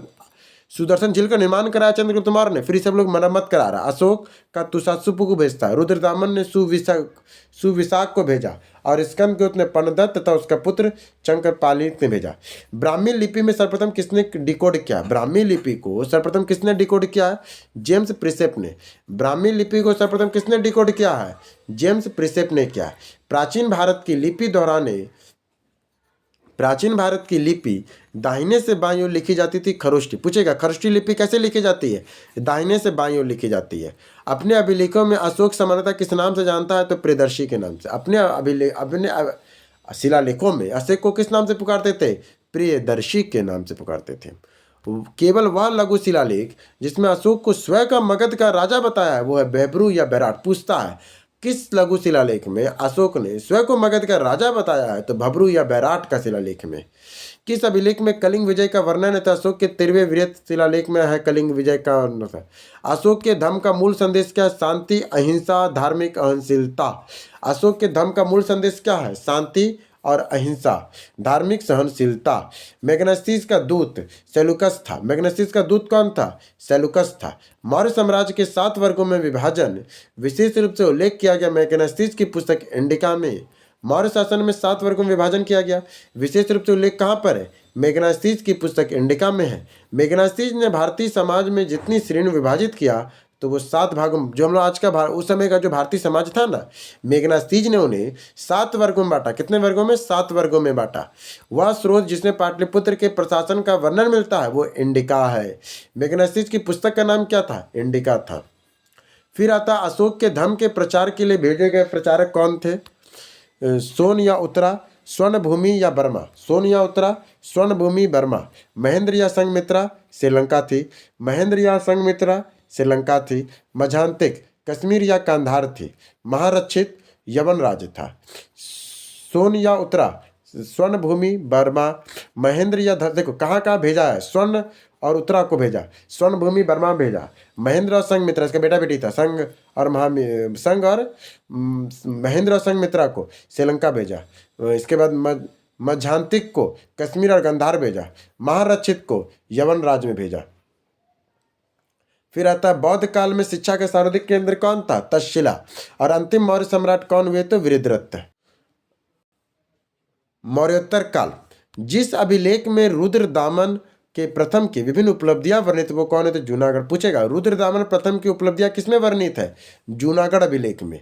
2वीं शताब्दी के आसपास रचित संस्कृत के अभिलेख के अनुसार सुदर्शन झील एक कृत्रिम झील है जिसकी मरम्मत किया था रुद्रदामन ने किया था। और इसका बनवाया किसने था? चंद्रगुप्त मौर्य ने बनवाया था। इसके बाद देखिए पुष्प सिंह मित्र, मिंडार, विम कर्णफिश और गौतमीपुत्र सतकर्णी किसने सर्वप्रथम व्यापक पैमाने पर स्वर्ण मुद्रा का प्रचलन किया था? विम कार्डेफिनस ने। स्वर्ण मुद्रा का प्रचलन किसने किया था? विम कार्डेफिनस ने किया था। शुंग वंश के बाद जिस वंश ने भारत पर राज्य किया वो कण्व वंश थे। शुंग वंश के बाद भारत में किसने राज्य किया था? कण्वा या कण्व वंश ने। अब आता है प्रमुख पुराणों से संबंधित वंश, जैसे विष्णु पुराण मौर्य वंश से संबंधित। विष्णु पुराण किससे संबंधित है? मौर्य वंश से। मत्स्य पुराण आंध्र सातवाहन और शुंग वंश से। मत्स्य पुराण आंध्र सातवाहन वंश या शुंग वंश से। वायु पुराण गुप्त वंश से। फिर से एक बार, विष्णु पुराण मौर्य वंश से। मत्स्य पुराण आंध्र सातवाहन या शुंग वंश से। वायु पुराण गुप्त वंश से संबंधित है। कला की गांधार शैली फली फूली थी कुषाणों के समय। कला की जो गांधार शैली थी कब फली फूली? कुषाणों के समय फली फूली। राजा के खारवेल का नाम जुड़ा है हाथी गुफा के लेख के साथ। राजा का जो खारवेल का नाम किससे जुड़ा हुआ है? हाथी गुफा लेख के साथ। राजा के खारवेल का नाम जुड़ा हुआ है हाथी गुफा लेख के साथ। दशरथ, वीरद्रथ, खारवेल और कनिष्क। राजाओं में जैन धर्म के प्रति भारी झुकाव किधर है? खारवेल का। पूछेगा जैन धर्म के प्रति भारी झुकाव किसका था? तो खारवेल राज्य का था। जैन धर्म के प्रति भारी झुकाव किसका था? खारवेल का था। कलिंग नरेश, खारवेल का संबंध है महामेघवाहन वंश से, जिसे चिंदी वंश भी कहते हैं। पूछेगा कलिंग नरेश खारवेल का संबंध किससे था? महामेघवाहन वंश, जिसे चेदी वंश भी कहते हैं। क्या लिखा? पेरिमेल मलिस एथेनाई या एवेजन अराउंडर एथेरियन सी एक आक्राम ग्रीक बोलने वाले व्यापारी द्वारा प्रथम शताब्दी में लिखी गई थी। इसे विल्डफेयर ऑफ फ्लॉच of Paris of Asian sea के रूप में अनुवादित किया गया। पता नहीं। ठीक। गुप्त और गुप्तोत्तर युग। प्राचीन भारत का नेपोलियन किसे कहते थे? प्राचीन भारत का नेपोलियन समुद्रगुप्त को। चीनी स्रोतों के अनुसार श्रीलंका के शासक मेघवर्मन ने गया में बौद्ध मंदिर बनाने की अनुमति के लिए किस गुप्त राजा के पास एक मिशनरी को भेजा था? तो समुद्रगुप्त के पास। चीनी स्रोतों, भारत का स्रोत भी नहीं, ये चीनी स्रोतों के अनुसार श्रीलंका के शासक मेघवर्मन, श्रीलंका के शासक कौन था? मेघवर्मन ने गया के बौद्ध मंदिर बनाने की अनुमति गुप्त राजा के पास एक मिशनरी भेजा था, तो वह समुद्रगुप्त के पास भेजा था। किस गुप्त शासक ने अपने बड़े भाई की हत्या कर सत्ता प्राप्त की थी? चंद्रगुप्त द्वितीय ने। चंद्रगुप्त द्वितीय ने अपने बड़े भाई की हत्या कर दी थी। भारत का नेपोलियन किसे कहते हैं? समुद्रगुप्त को कहते हैं भारत का नेपोलियन। गुप्त सम्राट किसके हुनों से पराजित किया था? स्कंदगुप्त। कहता है गुप्त सम्राट जिसने हुनों को पराजित किया। किसको पराजित किया? हुनों को पराजित किया, वो स्कंदगुप्त थे। प्रसिद्ध चीनी यात्री फायान किसके शासनकाल में भारत आए थे? तो चंद्रगुप्त द्वितीय। फायान किसके काल में आया था? चंद्रगुप्त द्वितीय के काल में आया था। अब आइए संपादक मत और उसके संस्थापक कौन थे? ठीक है, सॉरी, हाँ। दसमनी दसमनी संप्रदाय जो था, दसमनी संप्रदाय वो अद्वैतवाद था और आदि शंकराचार्य इसके संस्थापक थे। दसमनी संप्रदाय ये अद्वैतवाद था, आदि शंकराचार्य। वैष्णव विशिष्टाद्वैत था, रामानुज। वैष्णव संप्रदाय विशिष्टाद्वैत मत रखता था और राजा रामानुज थे। ब्रह्मदत्त आदित्यनाथ माधव थे। रुद्र श्वेत वल्लभाचार्य विष्णावरी है। सनक द्वैताद्वैत निबका है। दसमनी अद्वैतवाद आदि शंकराचार्य। वैष्णव विशिष्टाद्वैत रामानुज है। ब्रह्मदत्त आदित्यनाथ माधव है। रुद्र सैद्धांतिक वल्लभाचार्य विष्णु स्वामी है। सनक द्वैताद्वैत निम्बार्क का है। गुप्त काल में प्रमुख बंदरगाह ताम्रलिप्ति, परंतु अन्य बंदरगाहों जैसे भेड़, भौड़, कोचल, क्राम उत्तर भारत के व्यापारी। ओहो, बहुत इंपॉर्टेंट है, देखिए क्या बोल रहा है। उत्तर भारत का प्रमुख बंदरगाह कौन था? तो ताम्रलिप्ति था। उत्तर भारत में कौन कौन था? उत्तर भारत का पूछता, उत्तर भारत का प्रमुख बंदरगाह कौन है? तो ताम्रलिप्ति। परंतु अन्य बंदरगाह जैसे भड़ौच, कल्याण, काम्बे, ये उत्तर भारत के व्यापार होता था। मैंने उत्तर भारत में 4 पढ़े, ताम्रलिप्ति, भड़ौच, कल्याण, काम्बे। अब आइए आर्यभट्ट के क्या लिखा है? हाँ, आर्यभट्ट, भास्कर, ब्रह्मगुप्त और वारामीर में पहली बार यह व्याख्या की थी कि पृथ्वी अपनी धुरी पे घूमने के कारण प्रतिदिन सूर्योदय और सूर्यास्त होता था। आर्यभट्ट ने बोलेगा प्रतिदिन सूर्योदय और सूर्यास्त होता है, किसने बताया था? आर्यभट्ट ने बताया था। नगरों का क्रमिक पतन किस काल में महत्वपूर्ण विशेषता थी? गुप्त काल की। नगरों का जो क्रमिक पतन हुआ किस काल की एक महत्वपूर्ण विशेषता थी? तो ये गुप्त काल की एक महत्वपूर्ण विशेषता थी। किस शासक वंश ने मंदिरों और ब्राह्मणों को सबसे अधिक ग्राम अनुदान में दिया? तो गुप्त वंश ने। किस अभिलेख में विधवा दहन का उदाहरण उल्लिखित है? भानुगुप्त और अरण स्तंभ अभिलेख में। किस अभिलेख में विधवा दहन और उदाहरण उल्लेखित है? तो भानुगुप्त के एरन स्तंभ अभिलेख में है। मौर्य काल में शीशे के सिक्के बड़ी संख्या में जारी किए गए हैं सातवाहनों के द्वारा। मौर्योत्तर काल में शीशे के सिक्के बड़ी संख्या में किसने जारी किए थे? शीशे के सिक्के सातवाहनों के काल में। प्रसिद्ध इलाहाबाद प्रसिद्धि के लेखक कौन है? तो हरिसेन है। बराबर की पर्वत श्रृंखला स्थित गोरितगिरी विजित किया है खारवेल के द्वारा। बराबर की जो पर्वत श्रृंखला स्थित है गोरितगिरी, वो विजित की गई है खारवेल के द्वारा। गुप्त युग में भूमि राजस्व की दर क्या है? उपज का 6ठा भाग है। गुप्त युग की भूमि में राजस्व की दर कितनी है? उपज का 6ठा भाग है। धर्मशास्त्रों में भू राजस्व की दर कितना है? तो 1/6 भाग। भैया हम लोग 1/6 भाग ही लेंगे, चाहे गुप्त युग हो चाहे धर्मशास्त्रों के अनुसार हो। किस प्रकार के भूमि को अप्रहत कहा जाता था? वाह, किस प्रकार की भूमि को अप्रहत कहा जाता? बिना जुताई वाली जंगली भूमि को, बिना जुताई वाली जंगली भूमि को अप्रहत कहते थे। फिर आता है चीनी यात्री सुंग युन भारत की यात्रा की थी 1518 में। पूछेगा चीनी यात्री सुंग युन ने भारत की यात्रा कब की थी? तो 518 ईस्वी में की थी। हर्षवर्धन के समय भारत आया था हिंसरांग, ऐसे याद कर सकते हैं, ह से ह। हर्षवर्धन के समय हिंसरांग आया था। शिक्षण 2014 क्वेश्चन है इसका। हर्षवर्धन के समय कौन आया था? हिंसरांग आया था। अब आइए प्रमुख संप्रदाय और उनके संस्थापक। बरकरी नामदेव, बरकरी नामदेव, धनकरी रामदास, धरकरी रामदास, श्री वैष्णव रामानुज, श्री वैष्णव रामानुज, श्री वैष्णव रामानुज, परमार्थ रामदास, परमार्थ रामदास। परमार्थ किसने एक मिनट, क्या हम पढ़ रहे हैं? प्रमुख संप्रदाय और उनके संस्थापक।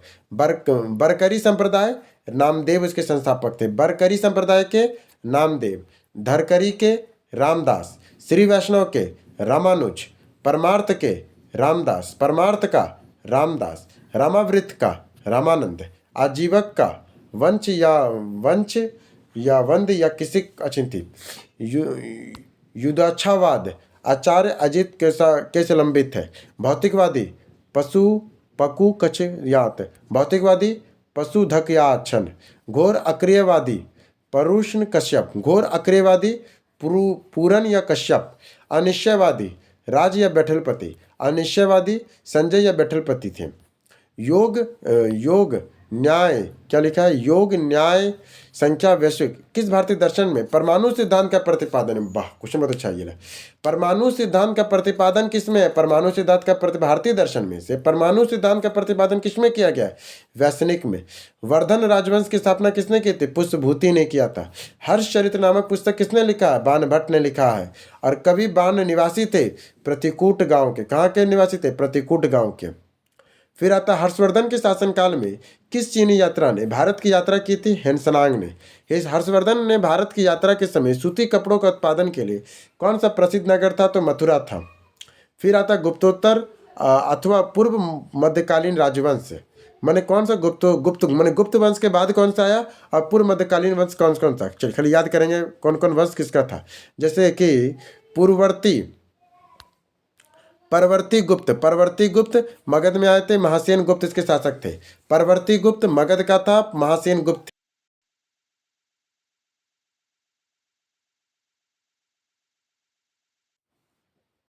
चलिए फिर से एक बार करते हैं। गुप्तोत्तर अथवा पूर्व मध्यकालीन वंश। पूर्ववर्ती वंश, पूर्ववर्ती गुप्त मगध का स्थान था और महासेन गुप्त उसके शासक थे। पूर्ववर्ती गुप्त के स्थान कौन था? मगध था। प्रमुख शासक कौन थे? तो महासेन गुप्त थे। पुष्पभूति अथवा पुष्पभूति कहाँ के? देखो पूर्ववर्ती गुप्त कहाँ के थे? मगध के थे। महासेन गुप्त का पुष्पभूति अथवा मगध का स्थान थानेश्वर में था। पुष्पभूति वंश, प्रभाकवर्धन वंश और राजवर्धन। पुष्पभूति कौन थानेश्वर में थे? प्रमुख शासक कौन थे? पुष्पभूति, प्रभाकवर्धन और राजवर्धन। वर्धन वंश का संबंध किससे है? तो हर्षवर्धन से है। मैत्रक वंश का स्थान कहाँ है? तो वल्लभी से है। मैत्रक वंश का स्थान कहाँ है? तो वल्लभी से है। भटाक धर्मसेन चतुर्थ है। मैत्रक वंश का स्थान कहाँ है? तो वल्लभी में है। प्रमुख शासक कौन है? तो भटार्क धर्मसेन चतुर्थ है। मखरी वंश, मोखली वंश, मोखली वंश कन्नौज के हैं। मोखली वंश कहाँ का है? कन्नौज का है। हरिवर्मा, ईशान वर्मा और सर्ववर्मा का। चंद्रवंश बंगाल के हैं, शासक शशांक उसके शासक थे। चीनी यात्री हेनसनांग ने किस विश्वविद्यालय में अध्ययन किया था? तो नालंदा में। नालंदा विश्वविद्यालय का विनाश का कारण क्या था? तो मुसलमान। नालंदा विश्वविद्यालय के विनाश का कारण क्या था? मुसलमान था। झांसी के पास देवगढ़ का मंदिर और इलाहाबाद के पास गढ़वा मंदिर की बनी मूर्तियां किस कला में महत्वपूर्ण अवशेष है? गुप्त कला में है। झांसी के पास का देवगढ़ मंदिर और इलाहाबाद के पास का गढ़वा मंदिर बनी मूर्ति कला किस महत्वपूर्ण के अवशेष हैं? तो गुप्त काल का है। फिर आता है दक्षिण भारत चोल, चालुक्य और पल्लव और संगम युग में। 9वीं शताब्दी में चोल वंश का पुनरुत्थान हुआ था 67 विजयालय द्वारा। 9वीं शताब्दी में चोल वंश का पुनरुत्थान कहाँ हुआ था? विजयालय द्वारा। वह भारतीय साम्राज्य जो व्यापक स्तर पर स्थानीय स्वशासन के लिए प्रसिद्ध था वो चोल थे। वह भारतीय साम्राज्य जो व्यापक स्तर पर स्थानीय स्वशासन के लिए प्रसिद्ध थे तो चोल थे। कि इस राजवंश का उल्लेख संगम साहित्य में नहीं हुआ तो कदम का नहीं हुआ। संगम साहित्य में कौन थे? तो चोल, चेल और पल्लव थे, पांडे थे। संगम युग में उदेरू इसलिए विख्यात थे, कपास के व्यापार में महत्वपूर्ण केंद्र था। संगम युग में उरेयू किस लिए विख्यात थे? संगम युग में उरेयू किस लिए विख्यात थे? कपास के व्यापार के महत्वपूर्ण केंद्र के रूप में। संगम युग में संगम जो युग था उरेरू किस लिए विख्यात थे? कपास के व्यापार। संगम युग में उरेरू किस लिए विख्यात थे? तो वे कपास के व्यापार में महत्वपूर्ण केंद्र थे। कपास के व्यापार में महत्वपूर्ण केंद्र थे। फिर आता दक्षिण भारत के संगम। संगम कहाँ का हुआ था? संगम पहला हुआ था मुदेरू में, द्वितीय संगम था कपाटपुरम में, तृतीय हुआ था मदुरई में। 3 संगम हुआ था दक्षिण भारत में। दक्षिण भारत में जब हम संगम कहते हैं तो वो 3 संगम था। प्रथम संगम था मदुरई, द्वितीय था कपाटपुरम और तृतीय था उत्तरी मेदिरू। प्रथम संगम कौन था? मेदिरू। द्वितीय था कपाटपुरम, तृतीय था उत्तरी मेदिरू। पहले के अध्यक्ष कौन थे? अगस्त ऋषि। पहले के अगस्त कौन थे? पहले के ऋषि कौन थे? पहला था मदुरई में हुआ, अगस्त ऋषि ने किया। तो दूसरा में कपाटपुरम में हुआ। अगस्त, इसे पूछता है दक्षिण भारत के संगम का, इसे याद रखिएगा। प्रथम कब हुआ था? मुदेरू में, अगस्त ऋषि ने किया। द्वितीय कहाँ हुआ था? कपाटपुरम में, अगस्त से बाद में तोल्कीपिलम ने किया। तृतीय उत्तरी मदुरई में हुआ था और नरिकन ने किया। पहला में आए थे 549 सदस्य, दूसरा में 49, तीसरा में भी 49 आए थे। पहला में उपलब्ध ग्रंथ नहीं है, पहला का जो संगम हुआ इसमें कोई उपलब्ध ग्रंथ नहीं है। दूसरा में तोल्कीपिलम पूछता है, तोल्कीपिलम द्वितीय संगम हुआ था दक्षिण भारत में, उसके कौन सा ग्रंथ बना था? तोल्कीपिलम बना था। और तृतीय में कौन कौन बना? तो एगुर्तु 8 गीतों का है, पशुपतु 10 गीतों का और परिपादल आदि था। रोमन साम्राज्य के व्यापारिक संबंध किसने स्थापित किए थे? तो चेल ने। रोमन साम्राज्य से व्यापारिक संबंध किसने स्थापित किए थे? चेर ने किए थे।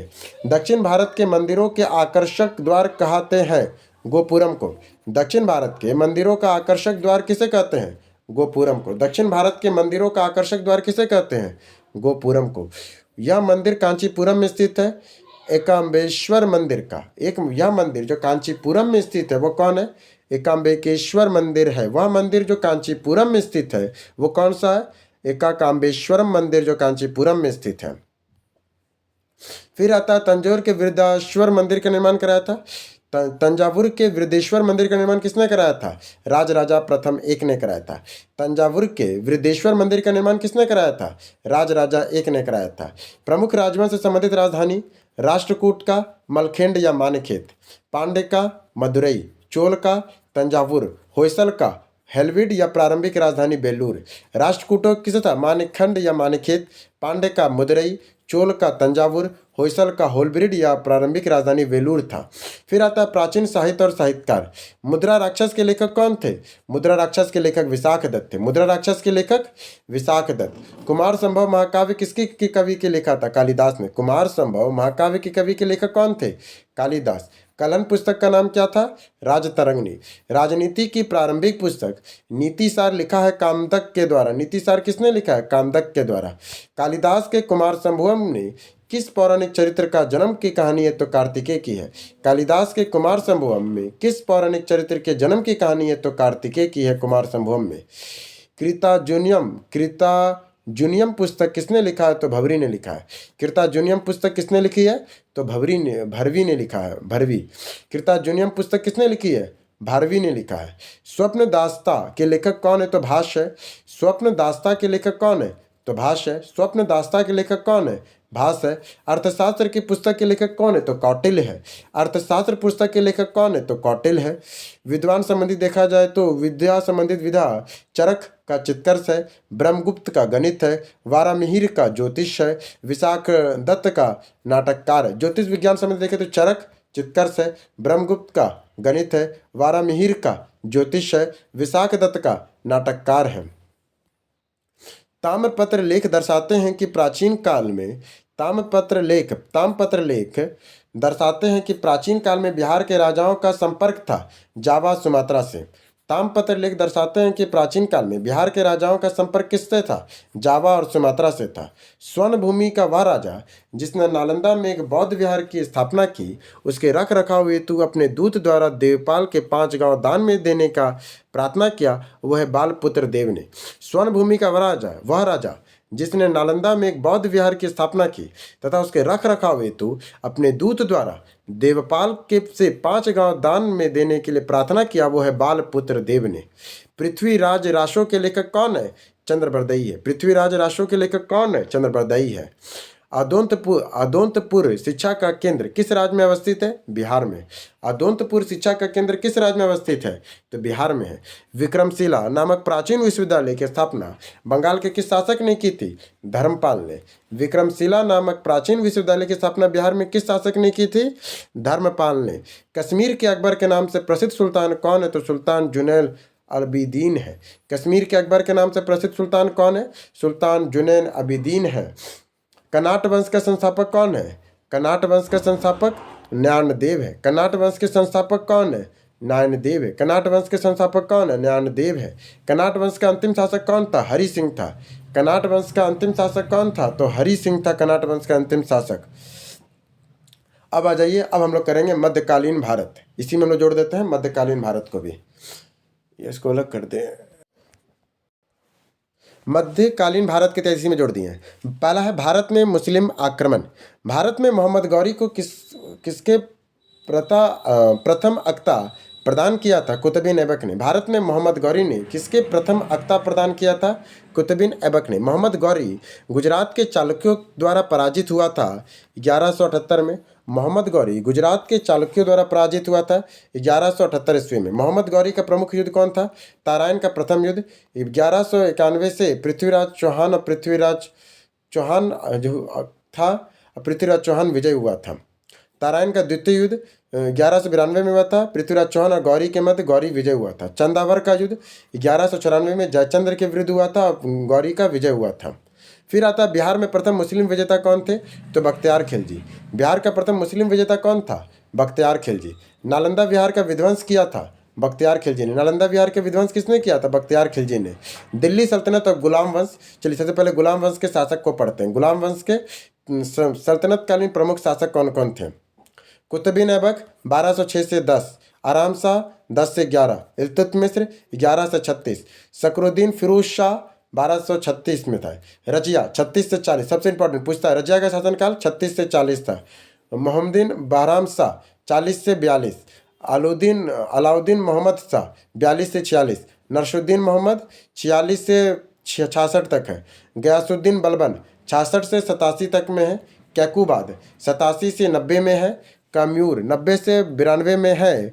गैजेटियर ऑफ इंडिया ने गयासुद्दीन का बलबन का कार्यकाल को दर्शाया था 1266 से 1287 के बीच में। गुलाम वंश का प्रथम शासक कौन था? कुतुबुद्दीन ऐबक। गुलाम वंश का प्रथम शासक कौन था? कुतुबुद्दीन ऐबक था। 2.5 दिन का झोपड़ा क्या था? मस्जिद था। 2.5 दिन का झोपड़ा मस्जिद था। कुतुब मीनार किसके द्वारा पूरा किया गया था? इल्तुतमिश के द्वारा। कुतुब मीनार किसके द्वारा पूरा किया गया था? इल्तुतमिश के द्वारा। कुतुबुद्दीन ऐबक की राजधानी थी लाहौर। कुतुबुद्दीन ऐबक की राजधानी क्या थी? लाहौर थी। मुस्लिम शासक जिसका साम्राज्य दारुल इस्लाम का एक भाग माना जाता है वो कहाँ है? तो इल्तुतमिश में है। मुस्लिम शासक जिसका साम्राज्य दारुल इस्लाम का एक भाग माना जाता है वो है इल्तुतमिश। इल्तुतमिश ने बिहार में अपना पहला सूबेदार नियुक्त किया था मलिक जानी को। इल्तुतमिश ने बिहार में अपना पहला सूबेदार किसे नियुक्त किया था? मलिक जानी को। मलिक जानी को। वह दिल्ली सुल्तान जिसने लौह और रक्त की नीति को अपनाया वो बलबन था। वह दिल्ली सल्तनत जिसने लौह और रक्त की नीति को अपनाया वो बलबन था। भारत में फारसी त्यौहार नवरोज की शुरुआत किया था बलबन ने। भारत में जो फारसी त्यौहार है नवरोज, इसकी शुरुआत किसने किया था? बलबन ने किया था। वह प्रथम मुस्लिम शासक कौन है जिसके शासन के सिद्धांत थ्योरी ऑफ किंगशिप, राजाओं के ईश्वरीय अधिकार सिद्धांत, थ्योरी ऑफ डिवाइन राइट का समान प्रतिपादन किया है? तो बलबन ने। ठीक है। राजस्व के सिद्धांत का प्रतिष्ठा, शक्ति, न्याय के सिद्धांत आधारित थे। बलबन ने क्या कहा था जियाउद्दीन बरनी के बारे में? क्या है? राजस्व के सिद्धांत, प्रतिष्ठा, शक्ति और न्याय के सिद्धांत आधारित थे। बलबन के बारे में यह शब्द कहा जियाउद्दीन बरनी ने। तुगरिल खान ने विद्रोह किया था बलबन के समय। तुगरिल खान ने विद्रोह किया था बलबन के समय, किया था तुगरिल खान ने विद्रोह। फिर आता है खिलजी वंश। खिलजी वंश का क्या क्या है? जलाउद्दीन फिरोज शाह खिलजी 1290 से 1296 तक। जियाउद्दीन फिरोज खिलजी 1290 से 96 तक है। अलाउद्दीन खिलजी 1296 से 1316 तक। अलाउद्दीन खिलजी 1296 से 1316 तक। कुतुबुद्दीन मुबारक शाह 1316 से 1320 तक में। जियाउद्दीन फिरोज शाह खिलजी 1290 से 96, अलाउद्दीन खिलजी 1296 से 1319 तक और कुतुबुद्दीन मुबारक शाह 1316 से 1320 तक में है। खिलजी वंश का प्रथम शासक जलाउद्दीन खिलजी है। खिलजी वंश का प्रथम शासक कौन है? जलाउद्दीन खिलजी। अलाउद्दीन खिलजी के सुप्रसिद्ध सेनापति को किसने मंगोलों के विरुद्ध लड़ते हुए मृत्यु हुई थी? तो जफर खां का। अलाउद्दीन खिलजी का प्रथम तुर्क सुल्तान था जिसने राज्य के अधीन लाने के लिए ऐसे घटकों का परिचय कराने का श्रेय जाता है जो सैद्धांतिक रूप से राज्य के धर्मनिरपेक्ष बनाते हैं। शब्द लिखा है L.A. श्रीवास्तव ने। रानी पद्मिनी का नाम अलाउद्दीन के चित्तौड़ विजय स्तंभ में जोड़ा जाता है। उसके पति का नाम था राणा रतन सिंह। रानी पद्मिनी का नाम अलाउद्दीन के चित्तौड़ विजय से जोड़ा जाता है और अलाउद्दीन के पति का नाम क्या था? राणा रतन सिंह थे। अलाउद्दीन खिलजी के आक्रमण के समय चित्तौड़ का शासक कौन था? राणा रतन सिंह थे। अलाउद्दीन खिलजी के आक्रमण के समय देवगिरी का शासक कौन था? रामचंद्र देव थे। इस सुल्तान के काल में खालिसा भूमि अधिक पैमाने पर विकसित हुई थी। तो अलाउद्दीन खिलजी का इस सुल्तानात के काल में खालसा भूमि अधिक पैमाने पर विकसित हुई। तो अलाउद्दीन खिलजी का। किस सुल्तान ने जमीन में फसल की नपाई का आधा राजस्व के रूप में दावा किया? तो अलाउद्दीन खिलजी ने। सल्तनत काल में सर्वाधिक वितरण प्रणाली प्रारंभ है अलाउद्दीन खिलजी का। सल्तनत काल में सर्वाधिक वितरण प्रणाली किसने प्रारंभ किया? अलाउद्दीन खिलजी ने। इल्तुतमिश, अलाउद्दीन खिलजी, मोहम्मद बिन तुगलक और बलबन किसके खलीफा की शक्ति का विरोध किया था? तो अलाउद्दीन खिलजी ने किया था। फिर आता है जब उसने राजस्व किंगशिप प्राप्त किया तो उसके शरीयत के नियमों और आदेशों को पूर्णतः स्वतंत्र था। बर्नी ने यह कथन किस सुल्तान के बारे में कहा था? अलाउद्दीन खिलजी ने कहा। अब आ जाइए तुगलक वंश और लोदी वंश। कश्मीर घाटी के अंतिम मुस्लिम शासक यूसुफ शाह चक्र, जिन्हें मुगल सम्राट अकबर द्वारा बिहार में से निर्वासित किया गया, दफन है नालंदा में। कश्मीर घाटी के अंतिम मुस्लिम शासक यूसुफ शाह चक्र, जिन्हें मुगल सम्राट अकबर द्वारा बिहार से निर्वासित किया गया, कहाँ दफन है? नालंदा में है। किस सुल्तान के बेरोजगारों को रोजगार दिलाया? तो फिरोज शाह तुगलक ने। किस सुल्तान के दरबार में सबसे अधिक गुलाम है? फिरोज तुगलक का। किस सुल्तान के दरबार में सबसे अधिक गुलाम है? फिरोज तुगलक का। दिल्ली के किस सुल्तान ने सबसे ज़्यादा नहरों का निर्माण किया? तो फिरोज शाह तुगलक ने। दिल्ली के किस सुल्तान ने सबसे ज़्यादा नहरों का निर्माण किया? तो फिरोज शाह तुगलक ने। फिरोज शाह तुगलक के दौरान नहरों को बनाने और रखरखाव के खर्च का वहन किया जाता है तो काश्तकारों का। फिरोज शाह तुगलक के दौरान नहरों को बनाने और रखरखाव का खर्च किसके द्वारा वहन किया जाता है? तो काश्तकारों द्वारा। वह वेनिस के यात्री जो 1420 के आसपास अपनी पत्नी के साथ यात्रा करते हुए विजयनगर पहुंचे हुए थे, निकालो डी काटी। वेनिस की यात्रा 1420 के आसपास पत्नी के लिए यात्रा विजयनगर कौन पहुंचा था? निकालो डी कोटी पहुंचे थे। मोहम्मद बिन तुगलक, फिरोज तुगलक, मोहम्मद गौरी और शेर शाह सूरी ने किस सुल्तान के फलों की गुणवत्ता सुधारने के लिए उपाय दिया था? तो फिरोज तुगलक को। मैंने कहा था किस सुल्तान ने फलों की गुणवत्ता सुधारने के लिए उपाय दिया था? तो फिरोज तुगलक ने दिया था। फिरोज तुगलक द्वारा स्थापित दारुल इस्लाफ क्या है? एक खैराती अस्पताल है। खैराती अस्पताल का नाम क्या है? दारुल सफा। किसने किया था? फिरोज शाह तुगलक ने। तैमूर के आक्रमण के बाद भारत में किस वंश के राज्य स्थापित हुआ? सैयद वंश का। तैमूर के आक्रमण के बाद भारत में किस वंश के राज्य के स्थापित हुआ था? सैयद वंश का। किस सुल्तान ने एक नगर बसाया जहां अब आगरा है? तो सिकंदर लोदी ने। किस सुल्तान ने एक नगर बसाया जहां अब आगरा है? सिकंदर लोदी ने। अब आ जाइए सल्तनत कालीन प्रमुख शासक देखते हैं तुगलक वंश का। गयासुद्दीन तुगलक 1320 से 25, मोहम्मद बिन तुगलक 25 से 51 तक में, फिरोज शाह तुगलक 51 से 88 तक में, गयासुद्दीन तुगलक 1388 से 79 में, अबू कुकर 79 से 90, निशाउद्दीन मोहम्मद शाह 90 से 94, अलाउद्दीन सिकंदर शाह 94 से 1394, सब कुछ नहीं। सैयद वंश का खिज खां का 1314 से 21, मुबारक शाह का 21 से 34, मोहम्मद शाह का 34 से 45 तक था। फिर आता है अलाउद्दीन आलम शाह का 44 से 51 तक, 45 से 51।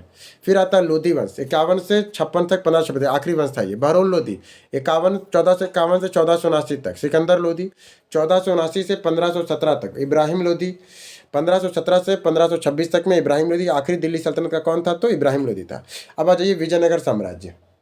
विजयनगर साम्राज्य के संस्थापक हरिहर और बुक्का थे। विजयनगर का पहला शासक जिसने बहमनियों से गोवा छीन लिया वो हरिहर द्वितीय थे। विजयनगर के राजा कृष्णदेवराय ने गोलकुंडा का युद्ध किस राजा के साथ लड़ा था? कुली कुतुब शाह के साथ। क्या है? विजयनगर के राजा जो कृष्णदेवराय थे उन्होंने गोलकुंडा का युद्ध किस राजा के साथ लड़ा? तो कुली कुतुब शाह के साथ लड़ा। विजयनगर के आने वाले प्रमुख विदेशी यात्री कौन है? निकालो कोटी। विजयनगर साम्राज्य में आने वाले राजाओं को हम देखते हैं। निकालो कोटी इटली से आया था देवराय प्रथम के कार्यकाल में। अब्दुल रज्जाक फारस से आया था देवराय द्वितीय के कार्यकाल में। डोमिगो पारस पुर्तगाल से आया था कृष्णदेवराय के समय 2 गो आया था। कौन था? एक डोमिगो पारस पुर्तगाल से आया था और बारबोसा पुर्तगाल से आया था। देवराय के समय निकालो कोटी आया था इटली का, और देवराय द्वितीय के समय फारस से आया था अब्दुल रज्जाक। नूनी पुतजाल अच्युत राय के समय आया था। विजयनगर का महान शासक था कृष्णदेवराय। पूछता विजयनगर का महान शासक कौन था? तो कृष्णदेवराय थे। सन 1565 में कौन सा प्रसिद्ध युद्ध हुआ था? तालीकोटा का युद्ध हुआ था। विजयनगर साम्राज्य की वित्त व्यवस्था मुख्य विशेषता क्या थी? भू राजस्व। विजयनगर साम्राज्य की वित्त व्यवस्था की प्रमुख विशेषता क्या थी? भू राजस्व। किस मशहूर राजा ने नागरपुरम नगर विजयनगर के पास अपनी मां के नाम पर बसाया था? तो कृष्णदेवराय ने बसाया था। विजयनगर साम्राज्य के अवशेष कहाँ मिलते हैं? हम्पी से मिलता है। तोलकापिलम का संबंध किससे है? द्वितीय संगम काल से। तोलकापिलम का संबंध किससे है? द्वितीय संगम काल से है। प्रमुख राजवंश और उनके संस्थापक बीजापुर आदिल शाह का है। यूसुफ आदिल शाह ने बसाया था 1490 में। बीजापुर में किसने बसाया था? आदिल शाही वंश। बीजापुर में आदिल शाही वंश यूसुफ आदिल शाह ने बसाया था 1490। अहमदनगर में निजाम शाही मलिक अहमद ने बसाया था 1490 में। बहरहाल इमाद शाही फतेह उल शाह वंश का है। इमाद शाह ने बसाया था 1490 में। गोलकुंडा में कुतुब शाही वंश है। कुतुब शाह कुली कुतुब शाह ने बसाया था 1512 में। और वीर बीदर शाही अहमद अमीर बीर अली ने बताया 1528 में। क्या 1500 नहीं, 1528 में, सही तो बोले, 1528 में। प्रांत और उसके प्रांतीय उपलब्धियां। दौलताबाद उपलब्धि के प्रांत है दौलताबाद, महसनद ए अली का है। बरार मजलिस ए अली का है। बीदर अंजाम में हुमायूं का है। गुलबर्गा नाइब नायक का है, मलिक नायब का है। दिल्ली सल्तनत का प्रशासन देखा जाए तो जजिया क्या था? गैर मुसलमानों से लिया जाने वाला एक कर था जजिया। जकात क्या था? मुसलमानों से लिया जाने वाला धार्मिक कर है जकात। खुसम क्या है? युद्ध में लूट से प्राप्त धन को खुसम कहते हैं। खराज क्या है? प्रारंभ में गैर मुसलमान कृषकों से लिया जाने वाला कर कालांतर में सार्वभौमिक हो गया था खराज। प्रारंभ में गैर मुसलमान कृषकों से लिया जाने गैर मुस्लिम कृषकों से लिया जाने वाला कर को खराज कहते थे। और मुसलमानों से लिया जाने भूमि फिर से एक बार देखते हैं। जजिया क्या था? गैर मुसलमानों से लिया कर था। जकात क्या है? मुसलमानों से लिया जाने वाला एक धार्मिक कर है जकात। खुमस क्या है? युद्ध में लूटे हुए प्राप्त धन को खुमस कहते थे। खराज क्या है? प्रारंभ में गैर मुसलमान कृषकों से लिया जाने कर था। और उश्र मुसलमानों के विरुद्ध मुसलमानों से लिया जाने वाला भूमि कर है उश्र। दिल्ली सल्तनत के प्रमुख प्रशासनिक विभाग और उनके संस्थापक। दीवान अर्ज सैन्य विभाग है बलबन का। दीवान अर्ज किसने बताया? सैन्य विभाग था बलबन ने। दीवान रियासत बाजार नियंत्रण था अलाउद्दीन खिलजी का। दीवान वफ़ वह विभाग था जियाउद्दीन खिलजी का था। दीवान वफ़ वह विभाग था जलाउद्दीन खिलजी का था। फिर आता दफ्तर मुख्तराज वित्त विभाग था बकाया भू राजस्व वसूलने के लिए अलाउद्दीन खिलजी का है। दीवान मुख्तराज। दीवान अमीर कोही कृषि विभाग है मोहम्मद बिन तुगलक का। दीवान अमीर कोही कृषि विभाग है मोहम्मद बिन तुगलक का। दीवान बदगना दासों का देखभाल करता था फिरोज शाह तुगलक। दीवान बदगना दासों का देखभाल करता था फिरोज शाह तुगलक के द्वारा। दाल उल सफ़ा एक खैराती अस्पताल है फिरोज शाह तुगलक के द्वारा। दीवान एहतियात पेंशन विभाग है फिरोज शाह तुगलक के द्वारा। दीवान एहतियात पेंशन विभाग है फिरोज शाह तुगलक के द्वारा। सल्तनतकालीन सैन्य व्यवस्था अगर देखा जाए तो एक सरखेल 10 घोड़सवारों की टुकड़ी का प्रमुख होता था। एक सिपा सलार 10 सरखेल 100 घोड़सवारों का प्रमुख होता था। एक सिपा सलाहकार। एक अमीर 10 सिपा सलाहकारों का होता था। एक मलिक 10 अमीरों का। एक खान 10 मालिकों का। एक सुल्तान खानों का प्रमुख सर्वोच्च सेनापति। फिर से एक सरखेर 10 घोड़सवारों की टुकड़ी पर एक होता था 10 एक सरखेर। एक सिपा सलाहकार 10 सरखेरों के बीच में एक सिपा सलाहकार होता था। एक अमीर 10 सिपा सलाहकारों के बीच में एक अमीर होता था। एक मालिक 10 अमीरों के बीच में एक मालिक होता था। एक खान 10 मालिकों के बीच में एक खान होता था। एक सुल्तान खानों का प्रमुख को सुल्तान कहते थे। दीवान अर्ज विभाग सैन्य विभाग था। दीवान अर्ज किसका था? सैन्य विभाग था। निम्नलिखित में से भूमि उत्पादन पर लगने वाले कर को इंगित करता है। खराज या उस्र मतई जवाबित का संबंध किससे है? तो राज्य कानून से है। सल्तनत काल में सिक्के का टका और ससगनी की किस धातु में थे? तो चांदी से थे। फिर आता दिल्ली सल्तनत का कला और स्थापत्य और साहित्य। भारत में कागज का प्रयोग प्रारंभ हुआ था 12वीं शताब्दी में। पूछेगा भारत में कागज का प्रयोग कब प्रारंभ हुआ? तो 12वीं शताब्दी में हुआ। अब दिल्ली सल्तनत और उनके इमारतें और निर्माण करता जैसे कुव्वत उल इस्लाम मस्जिद और अढ़ाई दिन का झोपड़ा और कुतुब मीनार। कुव्वत उल इस्लाम मस्जिद, अढ़ाई दिन का झोपड़ा और कुतुब मीनार कुतुब बिन ऐबक ने बनाया था। नरसुद्दीन मोहम्मद का मकबरा और सुल्तानगढ़ी इल्तुतमिश का है। नरसुद्दीन मोहम्मद का मकबरा और सुल्तानगढ़ी इल्तुतमिश का है। अलाई दरवाज़ा अलाउद्दीन खिलजी का है। अलाई दरवाज़ा अलाउद्दीन खिलजी का है। तुगलकाबाद गयासुद्दीन तुगलक का है। तुगलकाबाद गयासुद्दीन तुगलक का है। कुतुब मीनार का निर्माण कुतुब बिन ऐबक द्वारा प्रारंभ कराया गया, जबकि इसे पुणे इल्तुतमिश ने कराया था। पूरा देखो, निर्माण प्रारंभ तो किया कुतुब बिन ऐबक ने, जबकि इसको पूर्ण कराया था इल्तुतमिश के द्वारा। संपन्नता ने षड्यंत्र और विद्रोह को जन्म दिया और दरिद्रता, स्वामित्व और शांति की गारंटी दे दी। यह कहा था जियाउद्दीन बर्नी ने। संपन्नता ने षड्यंत्र और विद्रोह को जन्म दिया जबकि दरिद्रता स्वामित्व और शांति की गारंटी देता है, यह कहा था जियाउद्दीन बर्नी ने। संपन्नता ने षड्यंत्र और विद्रोह को जन्म दिया, जबकि दरिद्रता स्थायित्व और शांति की गारंटी देता है, यह कहा था जियाउद्दीन बर्नी ने। अलाई दरवाजा का निर्माण किस सुल्तान ने कराया था? अलाउद्दीन खिलजी ने। अलाई दरवाजा का निर्माण किस सुल्तान ने कराया? अलाउद्दीन खिलजी ने। फतेहपुर सीकरी स्थित प्रसिद्ध बुलंद दरवाजा जामा मस्जिद का प्रवेश द्वार कहाँ था? दक्षिणी में। फतेहपुर सीकरी स्थित प्रसिद्ध बुलंद दरवाजा जामा मस्जिद का है, यह प्रवेश द्वार बताया था दक्षिणी में है। तबकाते नासिरी के लेखक कौन है? मिन्हाज उस सिराज। तबकाते नासिरी के लेखक कौन है? मिन्हाज उस सिराज है। तबकाते नासिरी के लेखक मिन्हाज उस सिराज है। बिहार का बख्तियार खिलजी के हमले का पहला विवरण प्राप्त होता है तबकाते नासिरी से। बिहार के बख्तियार खिलजी के हमले का पहला विवरण कहाँ से प्राप्त होता है? तबकाते नासिरी से। मोरक्को के यात्री बन बतूता के वृत्तांत किस रूप में जाना जाता है? रेहला के रूप में। बहमनी राज्य के संस्थापक कौन है? तो अलाउद्दीन हसन है। बहमनी राज्य के संस्थापक कौन है? अलाउद्दीन हसन है। दिल्ली सल्तनत के दौरान मुकद्दम या चौधरी का पद इस्तेमाल किसके द्वारा किया जाता था? गांव का सरपंच के द्वारा। दिल्ली के सल्तनत के दौरान मुकद्दम और चौधरी के पद का इस्तेमाल किसके द्वारा किया जाता था? गांव के सरपंच के रूप में। फतुहात आलमगीरी के लिखा गया है ईश्वरदास नागर के द्वारा। फतुहात आलमगीरी किसके द्वारा लिखा गया? ईश्वरदास नागर के द्वारा। सल्तनत काल के प्रमुख लेखक देखिए, बहुत इंपॉर्टेंट है, लेखक से क्वेश्चन आता है। किताब उल हिंद अथवा तहकाते हिंद अलबरूनी का है। किताब उल हिंद और तहकाते हिंद अलबरूनी का है। शहनामा फिरदौसी का है। शहनामा फिरदौसी का है। तबकाते नासिरी मिनाज सिराज का है। तबकाते नासिरी मिनाज सिराज का। तबका तारिक फिरोज शाही जियाउद्दीन बर्नी का। तारिक फिरोज शाही जियाउद्दीन बर्नी का। रेहला इबन बतूता का। रेहला इबन बतूता का। किताब उल यामनी उतबी का। किताब उल यामनी उतबी का है। खजाइन उल फतह और यह तुगलका नामा अमीर खुसरो का है। खजाइन उल फतह और तुगलका नामा अमीर खुसरो का है। तारिक मुबारक शाही राहिला बिन मोहम्मद सरहिंद का है। तारिक ए मुबारक शाही याहिला बिन अहमद सरहिंद का है। फवादा अल फवाइद अमीर हसन और अल सिरजी का है। फवादा अल फवाद अमीर हसन और अल सिरजीरी का है। फिर आता है हराइका हिंदी अब्दुल वादिर बिलग्रामी का है। अब्दुल देखिए क्या लिखा है, सराइके हिंद अब्दुल वादिर बिलग्रामी का। श्री कृष्ण विजय मालधव बासु का है। श्री कृष्ण विजय मालधर बासु का है। फिर आता है भक्ति और सूफी संप्रदाय।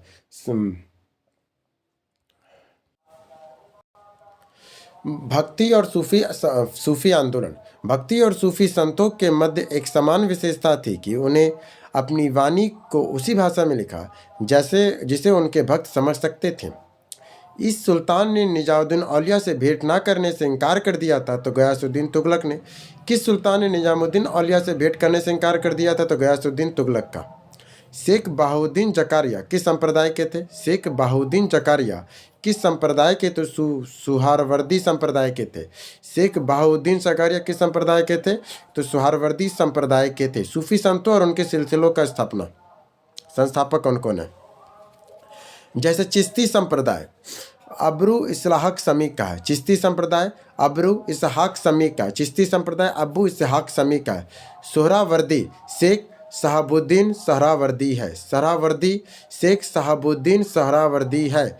कादरी शेख अब्दुल कादिर जालिनी का है। कादरी शेख अब्दुल कादिर जालिनी का है। सतरी शेख अब्दुल्ला सतारी का है। सतरी शेख अब्दुल्ला सतारी का है। सतरी शेख अब्दुल्ला सतरी का है। नक्शबंदी बहाउद्दीन नक्शबंदी का है। चिश्ती अबू इसहाक समी का है। चिश्ती संप्रदाय किसका है? अबू इसहाक समी का है। सुहारवर्दी शेख शहाबुद्दीन सुहारवर्दी का। सुहारवर्दी किसका है? शेख शहाबुद्दीन सुहारवर्दी का है। कादरी शेख अब्दुल कादरी जालिनी का है। सतरी शेख अब्दुल्ला सतरी का है। नक्शबंदी बहाउद्दीन नक्शबंदी का है। सूफी संत और उनकी उपलब्धियां क्या क्या थीं?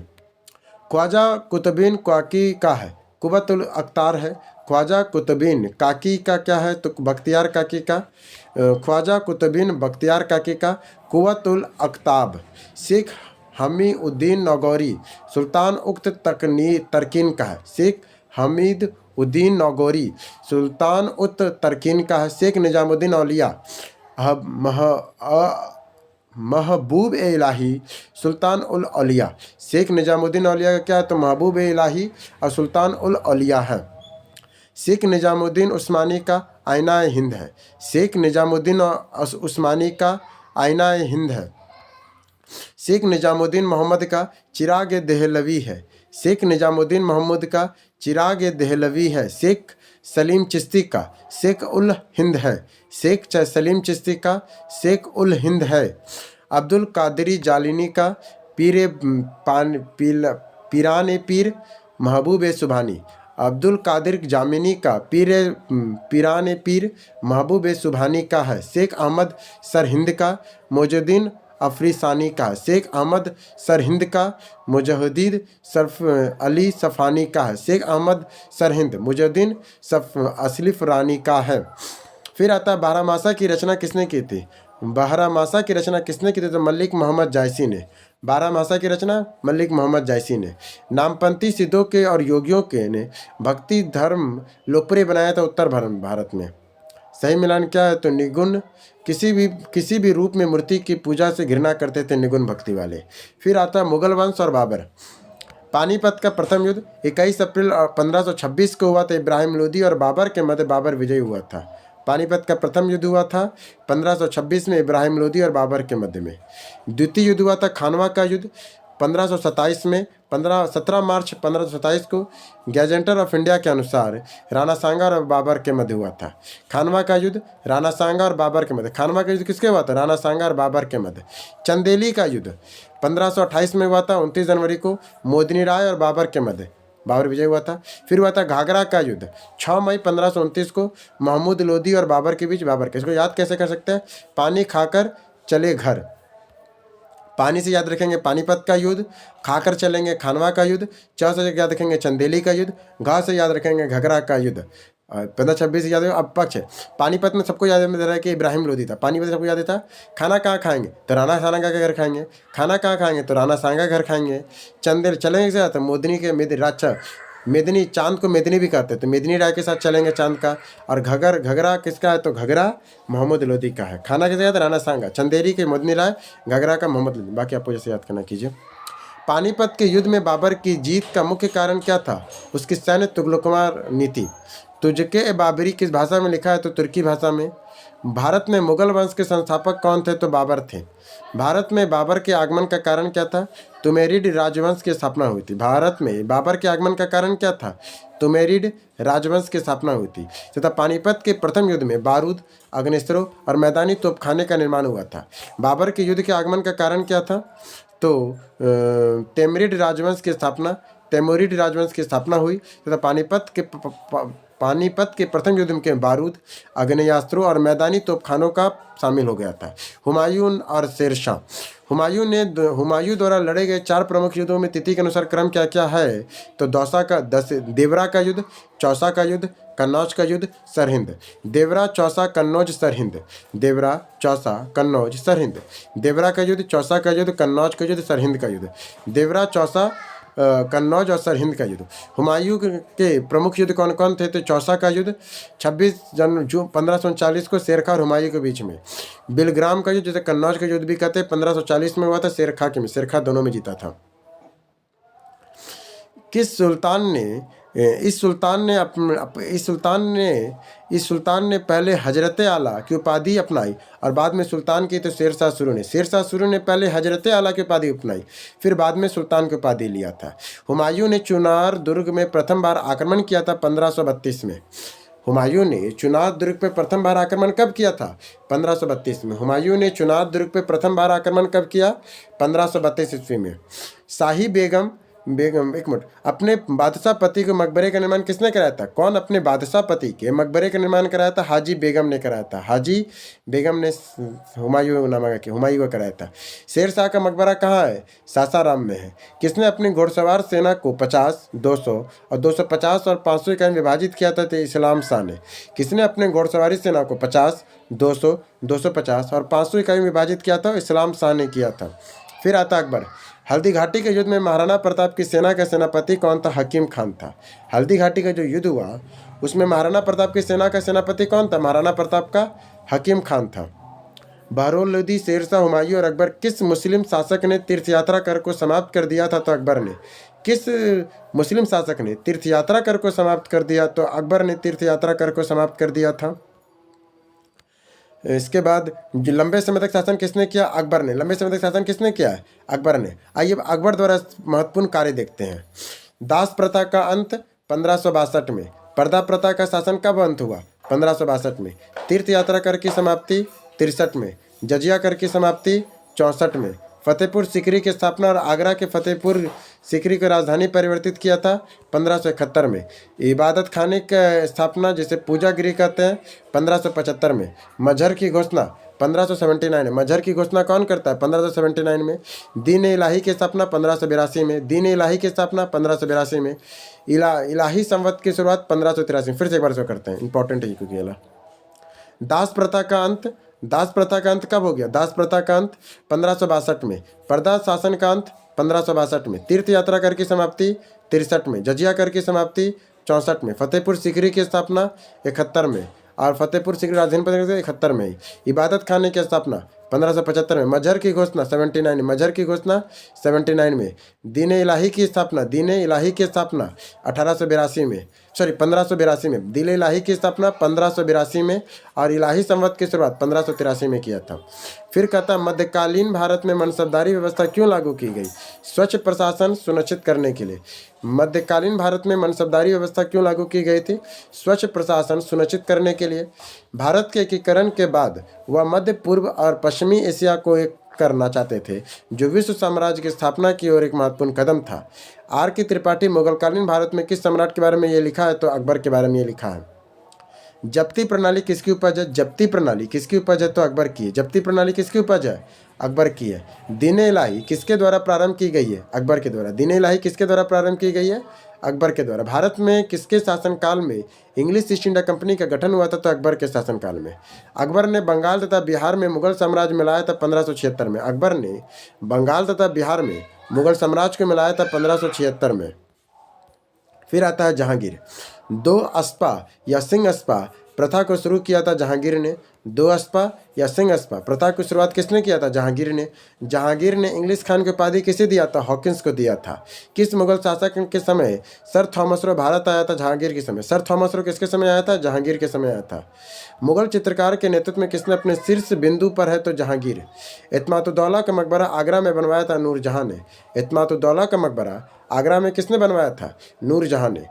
पंचिनकारी पिटीडेरा संबंधित है दीवारों में अधिक कीमती पत्थर जड़कर फूलों की नक्काशी करने में। पंचिकारी पिडुटुडुमा संबंधित है दीवारों पर अर्ध कीमती पत्थरों को जड़कर फूलों की नक्काशी करने में। फिर आता है शाहजहां और औरंगजेब। ईरान के शाह मुगल शासक के बीच लड़ाई का जड़ क्या था? तो कंधार था। दिल्ली के लाल किले का निर्माण कराया था। दिल्ली में लाल किले का निर्माण कराया था शाहजहां ने। किस इतिहासकार ने शाहजहां को शासनकाल को मुगल काल का स्वर्ण युग कहा है? तो शाहजहां के शासनकाल को मुगल काल का स्वर्ण युग कहा है तो L.A. श्रीवास्तव ने कहा है। सर्वप्रथम किस मुगल शासक ने ब्रिटिश के विरुद्ध संघर्ष किया था? तो औरंगजेब के विरुद्ध। औरंगजेब द्वारा चलाए गए जिहाद का अर्थ क्या होता है? दारुल इस्लाम। जिहाद का अर्थ क्या है? दारुल इस्लाम। मुगल कालीन प्रशासन देखा जाए। मुगल कालीन प्रमुख महिलाएं और उनके कार्य क्या क्या है? गुलबदन बेगम हुमायूं नामा की रचना या अरबी और फारसी के प्रखंड विदुषी थी गुलबदन बेगम। अब महान अंगा 1560 से 62 तक पेटीकोट सरकार चलाया और दिल्ली में मदरसा ए बेगम की स्थापना की थी। मदरसा ए बेगम की स्थापना किसने की थी? महान अंगा ने की थी। नूरजहां जहांगीर की पत्नी जुनता गुट का नेतृत्व किया। इसमें अनेक श्रृंगार प्रधान और जेवरातों को सुरुचिपूर्ण परिवर्तित हुआ। फिर आता मुमताज महल। जहांगीर शाहजहां का प्रिय पत्नी थी मुमताज महल। यह श्रृंगार प्रधान और जेवरातों की बड़ी विशेषज्ञ भी थी। जहांरा शाहजहां की बड़ी पुत्री बड़ी धार्मिक और सात्विक विचारधारा की महिला थी। शाहजहां ने बंदी समय में ही शाहजहां के साथ रही थी। जेबुनिसा औरंगजेब की पुत्री, इसने दिल्ली में बुतल उलम नामक पुस्तकालय की स्थापना की थी। जेबुनिसा औरंगजेब की पुत्री, इसने दिल्ली में बैतुल उलम नामक पुस्तकालय की स्थापना की थी। हजरत बेगम इत्र बनाने की विधि का आविष्कार किया था। हजरत बेगम इत्र बनाने की विधि का आविष्कार किया था हजरत बेगम ने। मुगलकालीन कुछ पदाकारी देख लीजिए। मुस्तफ़ी लेखा परीक्षक होता था। मुस्तफ़ी कौन होता था? लेखा परीक्षक। मुशरीफ सलेखाकार। मुशर्रिफ कौन होता था? सलेखाकार। मीर ए बर वन अधीक्षक होता था। मीर ए बर कौन होता था? वन अधीक्षक होता था। मीर ए बरहा जल सेना का प्रधान होता था। मीर ए बहर जल सेना का प्रधान होता था। वकिया नसीर, सूचना अधिकारी को वकिया नसीर कहते हैं। सवानीर निरघा, समाचार लेखक है। सवानीर निरघा समाचार का लेखक है। खुफिया नरीस, गुप्तचर के लेखक है। खुफिया नसीर, गुप्तचर के लेखक है। हर कारा, जासूस या संदेशवाहक। हर कारा कौन है? जासूस या संदेशवाहक है। मुगल प्रशासन में मुख्तबिक कौन है? लोक आचरण अधिकारी होता था। फिर आता है मुगल प्रशासन में मददे मस्क इंगित करता था। विद्वानों को दी जाने वाली राजस्व मुक्त अनुदान को मददे मस्क। मध्यकाल में बटाई शब्द का अर्थ होता था लगान निर्धारण का तरीका। मध्यकाल में बटाई शब्द का अर्थ क्या था? लगान निर्धारण का तरीका। मुगल प्रशासन का मुख्य काजी कौन था? मुख्य न्यायाधीश। इस बंदरगाह को मुगल काल के दौरान बाबुल मक्का, मक्का का द्वार कहा जाता था। तो सूरत को मक्का का द्वार किसे कहते थे? तो सूरत को कहते थे। मध्यकालीन प्रमुख मुद्राएं देखा जाए, मोहर अकबर के समय आया था, सोने का सिक्का था मुहर। फिर आता है रसब, अकबर के समय आया था, सोने का सिक्का का बड़ा सिक्का को रसब कहते थे, नहीं ससब कहते थे, ससब। इलाही अकबर के समय सोने का सिक्का, मैंने 3 को सोने का सिक्का जारी किया, मोहर, ससब और इलाही। रुपया लाया शेर शाह ने लाया था, चांदी के सिक्का को रुपया कहते थे। अकबर ने दाम भी लाया, तांबे का सिक्का था दाम। इल्तुतमिश ने जीता लाया था, तांबे का सिक्का था। और जहांगीर ने निसार लाया, तांबे का सिक्का। तांबे का 3 बार सिक्का आया। अकबर के समय दाम कहा गया, इल्तुतमिश के समय से जीतल कहा गया, जहांगीर के समय से निसार कहा गया। चांदी को सिक्के को शेरजहां ने रुपया कहा। अकबर ने 3 सोने का सिक्का मोहर, ससब और इलाही लाया था। मुगल बादशाह और उनके सूबे देखे। अकबर के समय 12 सूबे थे टोटल, बाद में 3 और सूबे जुड़ गए, आईने अकबरी में वर्णित है। और जबकि 3 नए सूबे जैसे बरार, खानादेश और अहमदनगर था। जहांगीर के समय 15 सूबे थे, ककड़ा जीत कर लाहौर में मिलाया था। शाहजहां के समय 18 सूबे हो गए, 3 कश्मीर, भट्टा और उड़ीसा को भी जीत लिया। औरंगजेब के समय 20 गो सूबा हो गया, बीजापुर और गोलकुंडा को भी इन्होंने जीत लिया था। फिर आता है मुगलकालीन संगीत, चित्रकार और साहित्य में। सबसे पहले मुगलकालीन प्रमुख पुस्तकें। तुझके बाबरी, बाबर ने लिखा था तुर्की भाषा में। तुझके ए बाबरी, बाबरनामा लिखा है बाबर में, तुर्की भाषा में। तारिक रसीदी, तो मिर्जा हैदर तुगरत का है, फारसी भाषा में लिखा है। तारिक रसीदी मिर्जा हैदर दुसरत का है, फारसी भाषा में लिखा है। हुमायूं नामा गुलबदन बेगम का है, फारसी भाषा में लिखा है। तारिक सल्तनत अफगान अहमद यादगार ने लिखा है, फारसी भाषा में। हसीब उल निसा सिराय और कानून हुमायूं नामी ख्वाजा मीर ने लिखा है, फारसी भाषा में। तारिक शेरशाही तोहफा अकबर शाही अकबर खा सरनवासी ने फारसी भाषा में लिखा है। अकबरनामा अब्दुल फजल ने लिखा है, फारसी भाषा में। तबकाते अकबरी निजामुद्दीन अहमद ने लिखा है, फारसी भाषा में। तबकाते तकवीर मर्शुद्दीन कादिर बदरूनी ने लिखा है, फारसी भाषा में। फिर से एक बार इसको करते हुए बुक पूछता है। तुजलके बाबरी, बाबरनामा बाबर ने लिखा है। तुजलके बाबरी बाबरनामा बाबर ने लिखा है, तुर्की भाषा में। तारिके रसीदी है मिर्जा हैदर दुर्गत ने लिखा है, फारसी भाषा में। लगभग में सब फारसी भाषा में, सब फारसी अपनी बोलेंगे, ठीक है। तो तारिक रसीदी मिर्जा हैदर दुर्गत का है। हुमायूं नामा गुलबदन बेगम का है। तारिक सलगीत ए अफगान अहमद यादगार का है। हबीब उल सियार और कानून हिमायूनी ख्वाद मीर का है। फिर आता तारिक शेर शाही और तारिक अकबर शाही ख्वासा खा सरवानी ने लिखा है ये सब।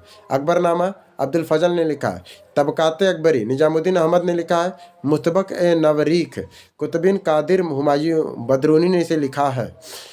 इसके बाद आता है इनकलाब जहांगीरी मुतबिद खान ने लिखा है। तो तजाकुतुल वकायत जौहर अब्ताबाची ने लिखा है। वकायत मुस्तकी निजुकुल मुस्तकी ने लिखा है। इस मुगल शासक के चित्रकार के लिए कारखाने बनाए थे? तो हुमायूं ने बनाया था। दस्ताने अमीर हज्जा का चित्रांकन किसके द्वारा किया गया था? तो अब्दुल रसद मीर सैयद अली द्वारा।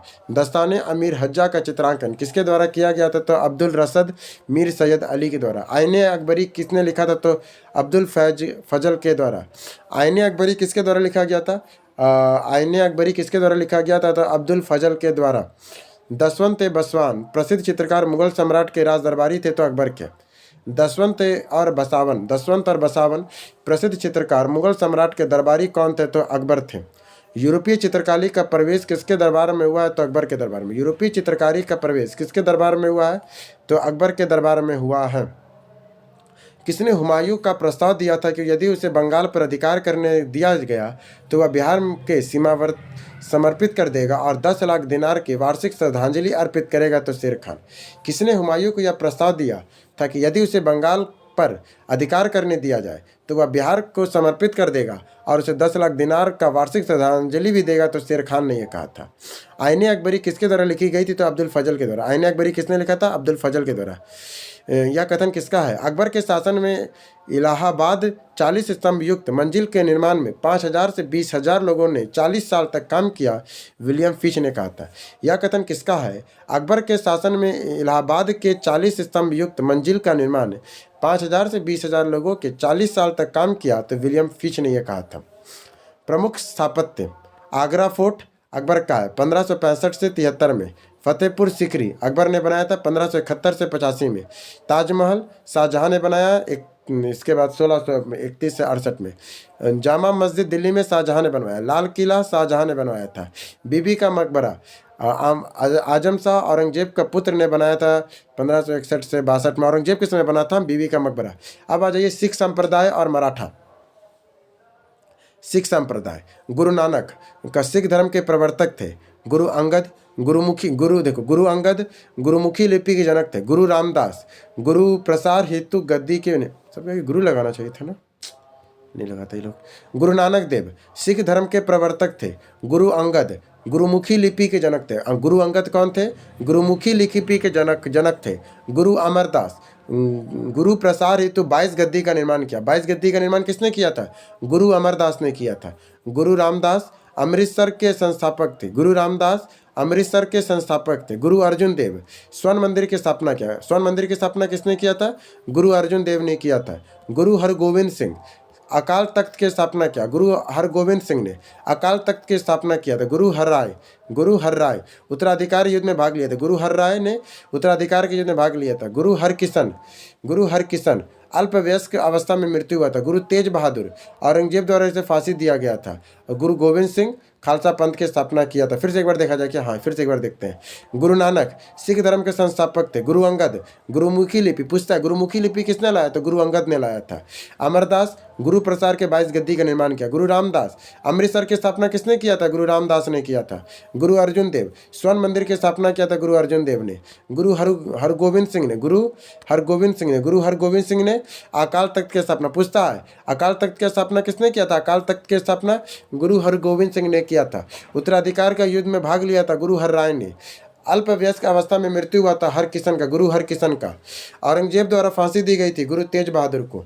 खालसा पंथ की स्थापना किया था गुरु गोविंद सिंह ने। खालसा पंथ की स्थापना किया था गुरु गोविंद सिंह ने। पटना के किस सिख गुरु का जन्म हुआ था तो गोविंद सिंह का। पटना में किस सिख गुरु का जन्म हुआ था तो गोविंद सिंह का। शिवाजी के राजधानी कहाँ थी तो रायगढ़ में। शिवाजी की राजधानी कहाँ थी रायगढ़ में थी। अष्टप्रधान का गठन किया था शिवाजी ने। अष्टप्रधान का गठन किसने किया था शिवाजी ने। अष्टप्रधान मंत्रिपरिषद के किसके राज्य प्रबंधन में सहायता करते थे तो शिवाजी के। अष्टप्रधान मंत्रिपरिषद थी मराठा प्रशासन के। सारंगी प्रथा संबंधित है महाराष्ट्र में भू राजस्व प्रथा से। फिर पेशवा कालीन युद्ध किसका परिणाम था खेड़ा का युद्ध। 1707 में ताराबाई साहू और साहू विजय हुए थे। बरना का युद्ध 1731 में संभाजी और साहू के बीच में हुआ था। साहू विजय हुए थे। पानीपत का युद्ध 1761 में हुआ था। अब्दुल बारी के मध्य में अब्दुल बारी जीत गए थे। खेड़ा का युद्ध 1707 में ताराबाई और साहू जीते थे। बरना का युद्ध 1731 में हुआ था। साहू जीते थे। पानीपत का युद्ध अब्दाली जीता था। पानीपत का तृतीय युद्ध बात करें अब्दाली और सदाशिव राव के बीच हुआ था। अब्दाली जीत गया था। प्रथम आंग्ला मराठा युद्ध 75 से 82 में हुआ था। अंग्रेज और मराठाओं के बीच में अंग्रेज का सालाबाई की संधि हुआ था। द्वितीय आंग्ला मराठा युद्ध 1803 से 5 में अंग्रेज और मराठाओं के बीच हुआ था। अंग्रेज जीत गए थे। तृतीय आंग्ला मराठा युद्ध 1817 से 18 में हुआ था। अंग्रेज और मराठाओं के बीच में अंग्रेज जीत गए थे। फिर आता है अष्टप्रधान। पेशवा राजा का प्रधानमंत्री होता था। अमात्य वित्त और राज्य मंत्री होता था।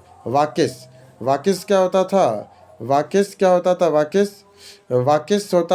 वाकिस नरीस राजा के राजा के दैनिक कार्यों और दरबार के प्रतिदिन की कार्यवाही का वितरण रखता था। सचिव राजकीय पत्र व्यवहार का कार्य देखता था। सचिव क्या करता था? राजकीय पत्र व्यवहार का कार्य देखना। सुमत दबीर विदेश मंत्री था। सेनापति और सर नौबत सेना की भर्ती, संगठन, रसद आदि का प्रबंधन करता था। पंडित राव विद्वान और धार्मिक कार्यों के अनुदान का दायित्व निभाता था। न्यायाधीश मुख्य न्यायाधीश था। फिर आता है शिवाजी के उत्तराधिकारी संभाजी। शिवाजी का ज्येष्ठ पुत्र था जिसने 1680 में 1679 तक शासन किया। संभाजी ने संभाजी शिवाजी का ज्येष्ठ पुत्र था जिसने 1680 से 79 तक शासन किया। राजा राम शिवाजी का कनिष्ठ पुत्र राजा राम ने मुगलों के विरुद्ध मराठाओं के स्वतंत्रता संग्राम जारी रखा और राजा ने संभाजी के पुत्र साहू के प्रतिनिधि में शासन किया था। राजा राम ने ताराबाई राजा जी की मृत्यु के बाद राजा राम की मृत्यु के बाद विधवा ताराबाई ने अपने 4 वर्षीय पुत्र शिवाजी द्वितीय पर गद्दी बैठाया और संघर्ष जारी रखा। साहू के शासनकाल में मराठा शक्ति का विस्तार हुआ था। महत्वपूर्ण तथ्य बालाजी विश्वनाथ मराठा साम्राज्य के द्वितीय संस्थापक के रूप में प्रसिद्ध है। बालाजी विश्वनाथ पेशवा बाजीराव प्रथम मराठा साम्राज्य का सर्वश्रेष्ठ सेनापति 1773 में संपूर्ण मालवा क्षेत्र तथा गुजरात में मराठा का आधिपत्य कर दिया था। पेशवा बालाजी प्रथम जो रणवीर सिंह बना था उसी की बात हो रहा है। पेशवा बालाजी प्रथम। फिर आता है बालाजी बाजीराव इसके काल में मराठे अपनी शक्ति के दक्षिण से चौथ और सरदेशमुखी वसूली। इसके शासनकाल मराठों ने अपनी शक्ति के दक्षिण में चौथ और सरदेशमुखी वसूला था। फिर माधव राव प्रथम था, नारायण राव था, रघुनाथ राव था, माधव राव नारायण थे, फिर बाजीराव द्वितीय साथ खत्म हो गया। प्रथम आंग्ला मराठा युद्ध एक बार देखा जाए तो प्रथम आंग्ला मराठा युद्ध 75 से 82 में होता वॉरेन हेस्टिंग के समय। पूछता है प्रथम आंग्ला मराठा युद्ध कब हुआ? 75 से 82 में वॉरेन हेस्टिंग के समय। द्वितीय आंग्ला मराठा युद्ध कब हुआ? 1803 से 1805 में वॉरेन हेस्टिंग लॉर्ड वेलिजेली के समय। द्वितीय आंग्ला मराठा युद्ध कब हुआ? 1803 से 5 में लॉर्ड वेलिजेली के समय में। तृतीय आंग्ला मराठा युद्ध कब हुआ? लॉर्ड हेस्टिंग के समय हुआ था। प्रथम आंग्ला मराठा युद्ध वॉरेन हेस्टिंग, द्वितीय आंग्ला मराठा युद्ध लॉर्ड वेलिजेली, तृतीय आंग्ला मराठा युद्ध लॉर्ड हेस्टिंग के समय हुआ था। फिर आता है सिख मिसल और उनके संस्थापक नेता अहवलुविया जस्ता सिंह। ये क्या है? तो प्रमुख सिख मिसल उनके संस्थापक सुकरचर्या चरत सिंह थे। छोटा मुगल साम्राज्य का विघटन। मयूर सिंहासन पर बैठने वाला अंतिम मुगल सम्राट कौन था? तो मोहम्मद शाह था। इस मुगल सम्राट के वजीर गयाउद्दीन दिल्ली के दाखिल नहीं होने दिया था तो शाह आलम द्वितीय ने क्या लिखा? किस मुगल बादशाह को वजीर गयाउद्दीन ने दिल्ली में दाखिल नहीं होने दिया था तो शाह आलम द्वितीय को नहीं होने दिया था। तुगलक शाह आलम ताशुद्दीन ने कहा था कि उसका साम्राज्य चांदनी चौक से पालम तक है। फिर आ जाए मुगल शासक उनका प्रसिद्ध नाम। मैंने यही से पूछता है। औरंगजेब को जिंदा पीर कहते हैं। जहांदार शाह को लंपट मूर्ख, फर्रुखसियर को घृणित कायर, रफ़ी उद दलजात को कठपुतली का शासक, मोहम्मद शाह को रंगीला, बहादुर शाह प्रथम को साहिब बेखबर, बहादुर शाह द्वितीय को जफर। फिर से एक बार, औरंगजेब को जिंदा पीर कहता था, जहांदार शाह को लंपट मूर्ख कहते थे, फर्रुखसियर को घृणित कायर कहते थे, रफ़ी उद दलजात को कठपुतली शासक कहते थे, मोहम्मद शाह को रंगीला कहते थे, बहादुर शाह प्रथम को साहिब बेखबर, बहादुर शाह द्वितीय को जफर कहते थे। मुगल शासकों का वास्तविक नाम और उनकी उपलब्धि। बाबर का वास्तविक नाम भी बाबर ही था, उपाधि था पादशाह मिर्जा गाजी। हुमायूं को नरशुद्दीन मोहम्मद कहते थे। अकबर का वास्तविक नाम जलाल था, जलाउद्दीन मोहम्मद अकबर बादशाह गाजी। जहांगीर का वास्तविक नाम सलीम था, नरशुद्दीन मोहम्मद जहांगीर बादशाह गाजी। शाहजहां का नाम था खुर्रम, अब्दुल मुजफ्फर सबाउद्दीन मोहम्मद साबिर किरण ए सामी था। औरंगजेब का औरंगजेब ही था, अब्दुल अहमद मोहम्मद अब्दुल आलमगीर शाह आलम गाजी था। बादशाह प्रथम इसे मोहम्मद मुज्जम भी कहते हैं। शाह आलम प्रथम या साहिब बेखबर, मेन ये साहिब बेखबर के नाम से विख्यात है। जहांदार को मुहज्जिदीन लंपट मूर्ख, फर्रुखसियर को घृणित कायर, आलमगीर द्वितीय को जो अजीमुद्दीन था, शाह आलम द्वितीय को अली गौहर कहते हैं, शाहजहां द्वितीय को सफ़ीउद्दौला और मोहम्मद शाह को मोहम्मद या रंगीला कहते हैं। उत्तर मुगल कालीन देखा जाए कैसे आया था तो बहादुर शाह प्रथम साहिब बेखबर, जहांदार शाह लंपट मूर्ख, फर्रुखसियर घृणित कायर, मोहम्मद शाह रंगीला, अहमद शाह बहादुर, आलमगीर द्वितीय अजमुद्दीन, शाह आलम द्वितीय अली गौहर, अकबर द्वितीय फिर बहादुर शाह जफर थे। फ़रुखुद्दीन के बाद रफ़ीउद्दौला दलजाद फरवरी 1917 में जून हटाओ ये सब 17 तक हो गया। इस तरह करके हमारा प्राचीन और मध्यकालीन भारत खत्म हो गया। जल्दी हम लोग मिलेंगे आधुनिक भारत के साथ, तब तक के लिए धन्यवाद। अगर इसका पीडीएफ चाहिए तो टेलीग्राम चैनल जुड़ जाइए, वहाँ बता दिया जाएगा। तब तक के लिए धन्यवाद और चैनल को सब्सक्राइब कर लीजिए।